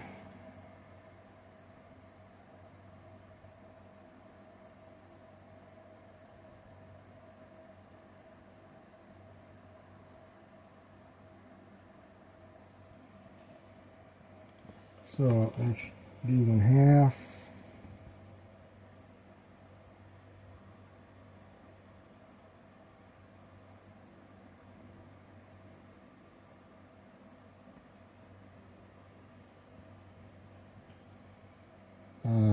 Killer B.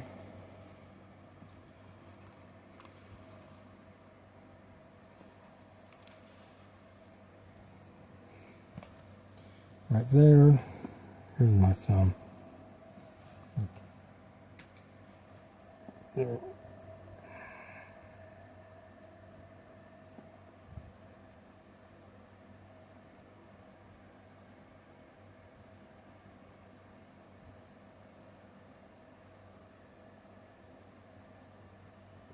155 minutes. Hit dice 1/2 asterisk plus 1 to 4 hit points.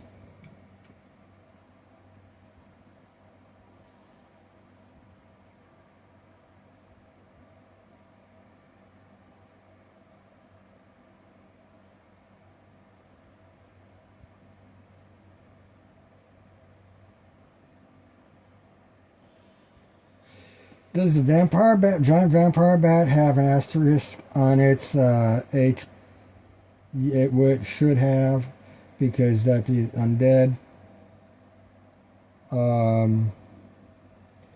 Does the Back Me book publication fix that?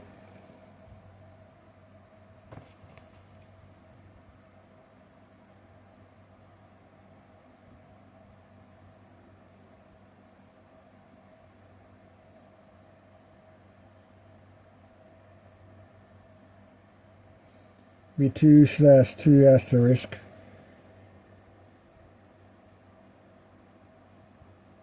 Or they do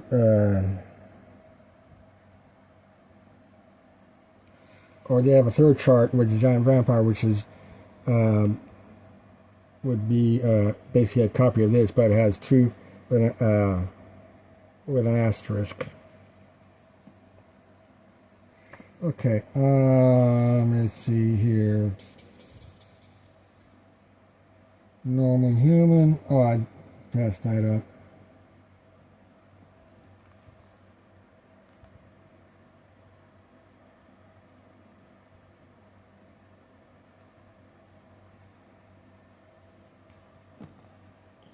Normal human. Get all the way there.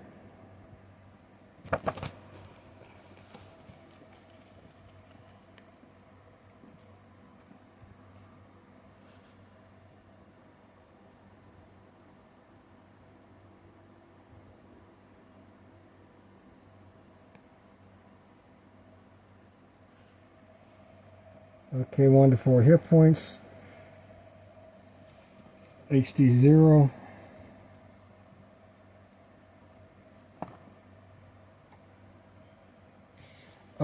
The back knee uses HD 0.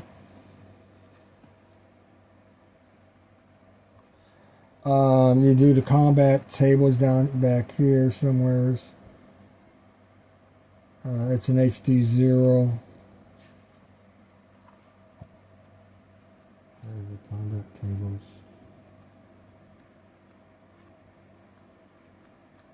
Oh, that'd be in an adventure section.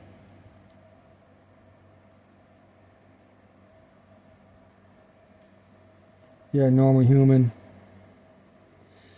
which would be level 1, HD 1. So there'd be HD 0. So yeah.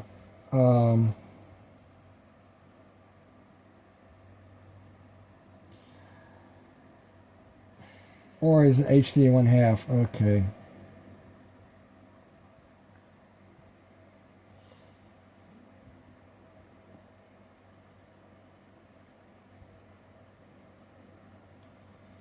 Okay, we need to figure that out.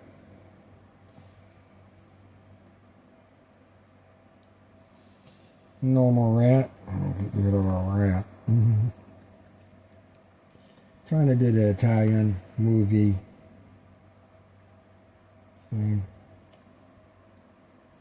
You little rat.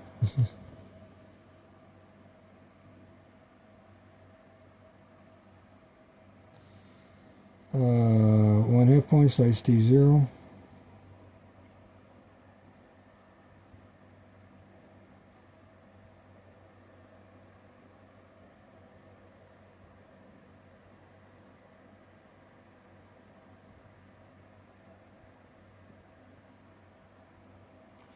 Giant rat, 1/2. I'll probably do 1/2 on the human.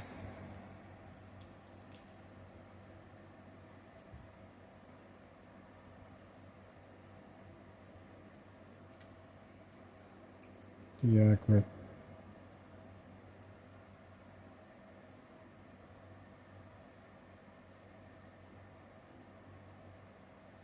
HD 0 would be 4 to 1 hit point. Half would be 1 to 4. That would be accurate. And that's what they do for the other monsters too. So, and then normal hawk is XP. It is in the X-Files. X-Files.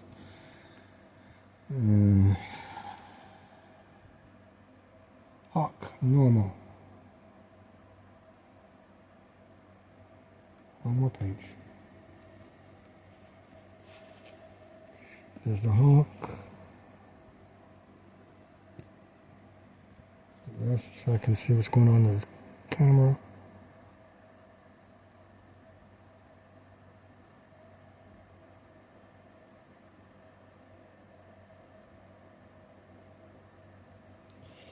Okay, hit dice 1/2, 1 to 4 hit points.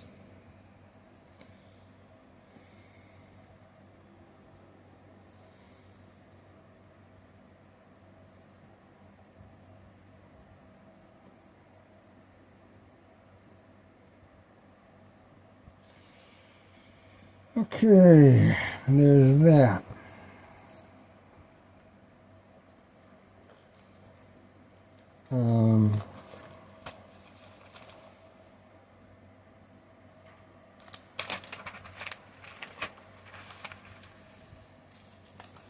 Time is 2:02, 2 hours and 2 minutes. And I think I'll end that session here. Well, I'm going to put everything away first, then I'll end the video.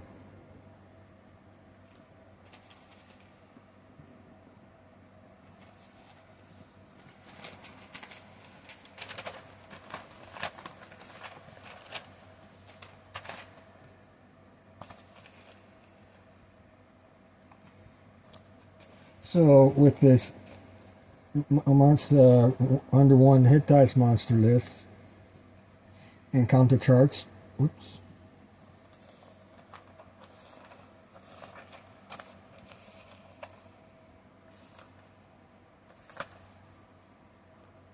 Encounter tables, not charts.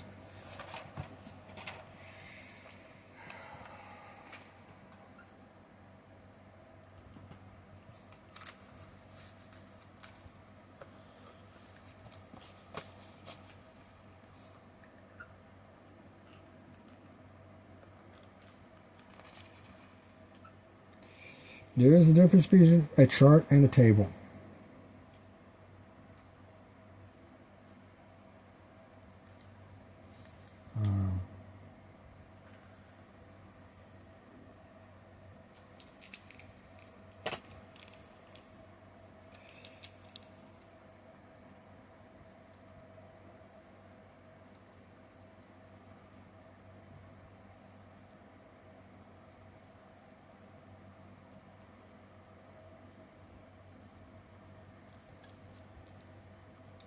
In your literary documents. There's a difference between a chart and a table, and within literary productions,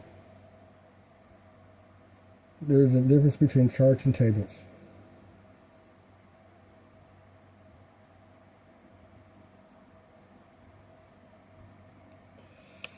Okay, so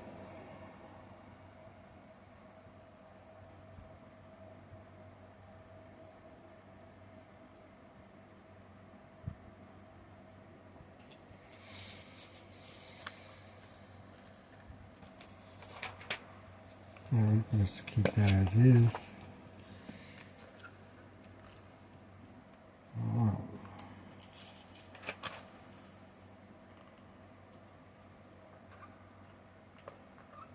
It really doesn't matter.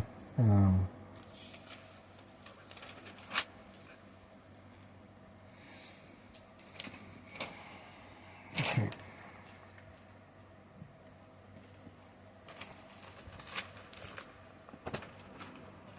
And 2:05.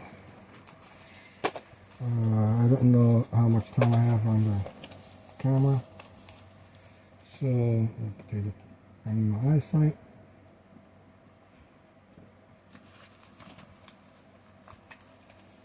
The first thing is the monster list.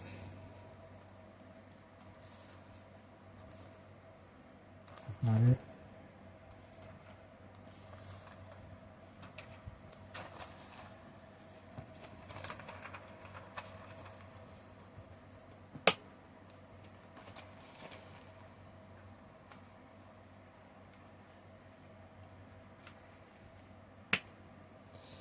Next one is the life forms. We have humanoid life forms, undead life forms,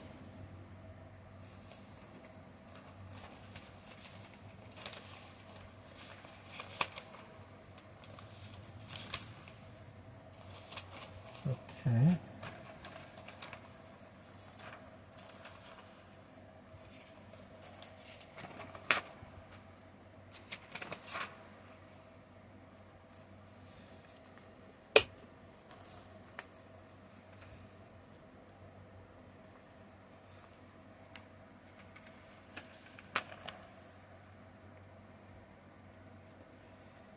Based on, if you go the way I'm thinking, okay, the life form categorizations helps me identify monsters based on evolutionary timescales. The Jurassic Park, the Jurassic era, the Cretaceous era, the Carboniferous era.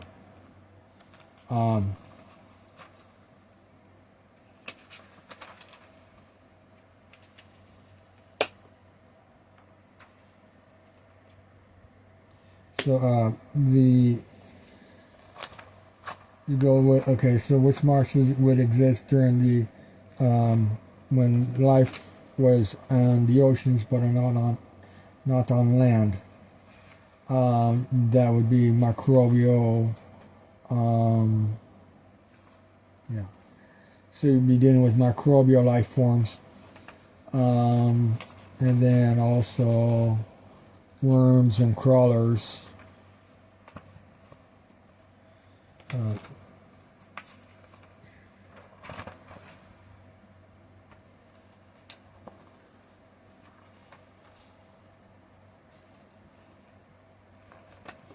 Yeah.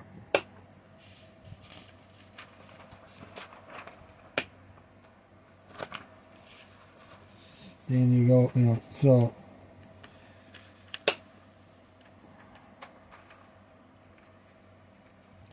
because the fresh water and the salt water actually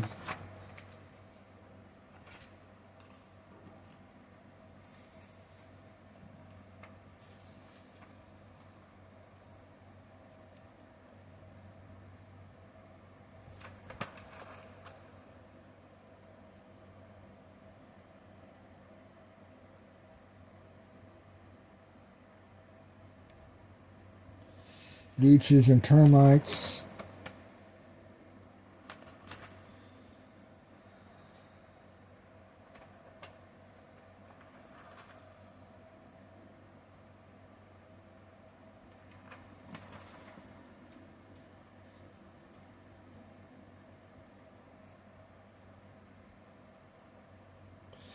So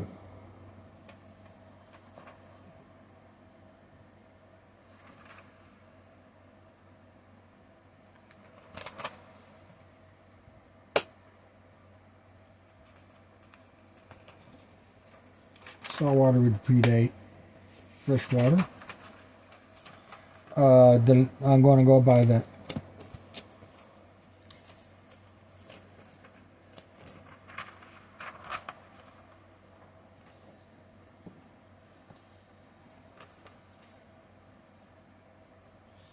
you got the saltwater monsters. You got a basic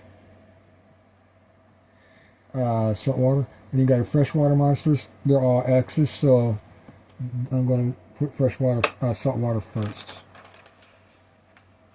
because this game I am generating I'm generating information, game system data for a basic game, for a level 1 character game. Now,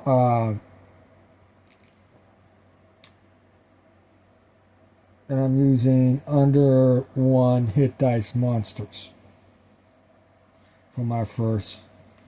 I am basing my first adventure storyline around under 1 hit dice monsters. That's the objective of this project. Okay, encounter tables, obsolete.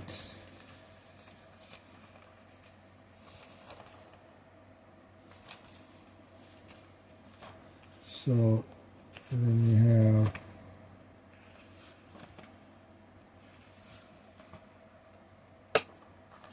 tribe.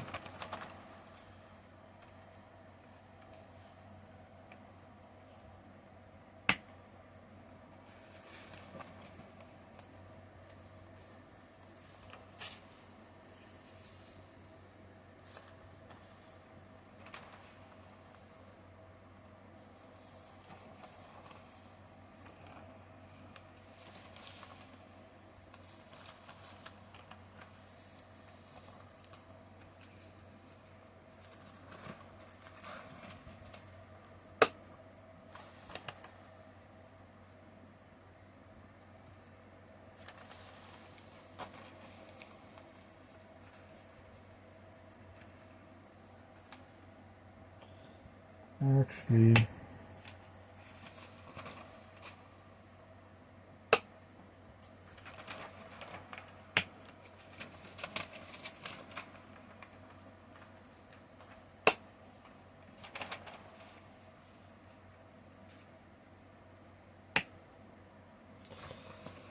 and then we have obsolete information, mechanics, rumors, obsolete information.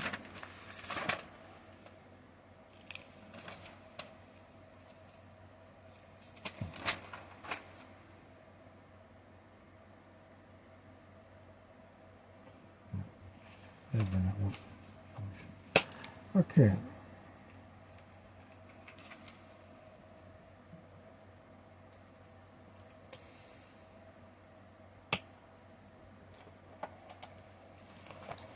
So having a folder, putting everything together is good.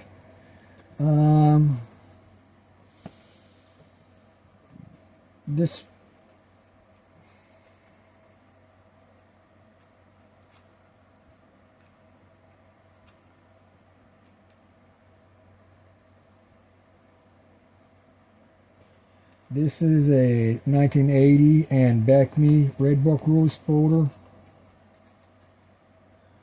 I've hijacked it for my 1980 campaign-adventure project. Yeah, it needs to be. I need another folder. This is getting too small.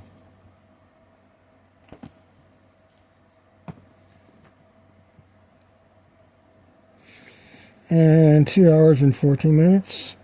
And that's it for this video.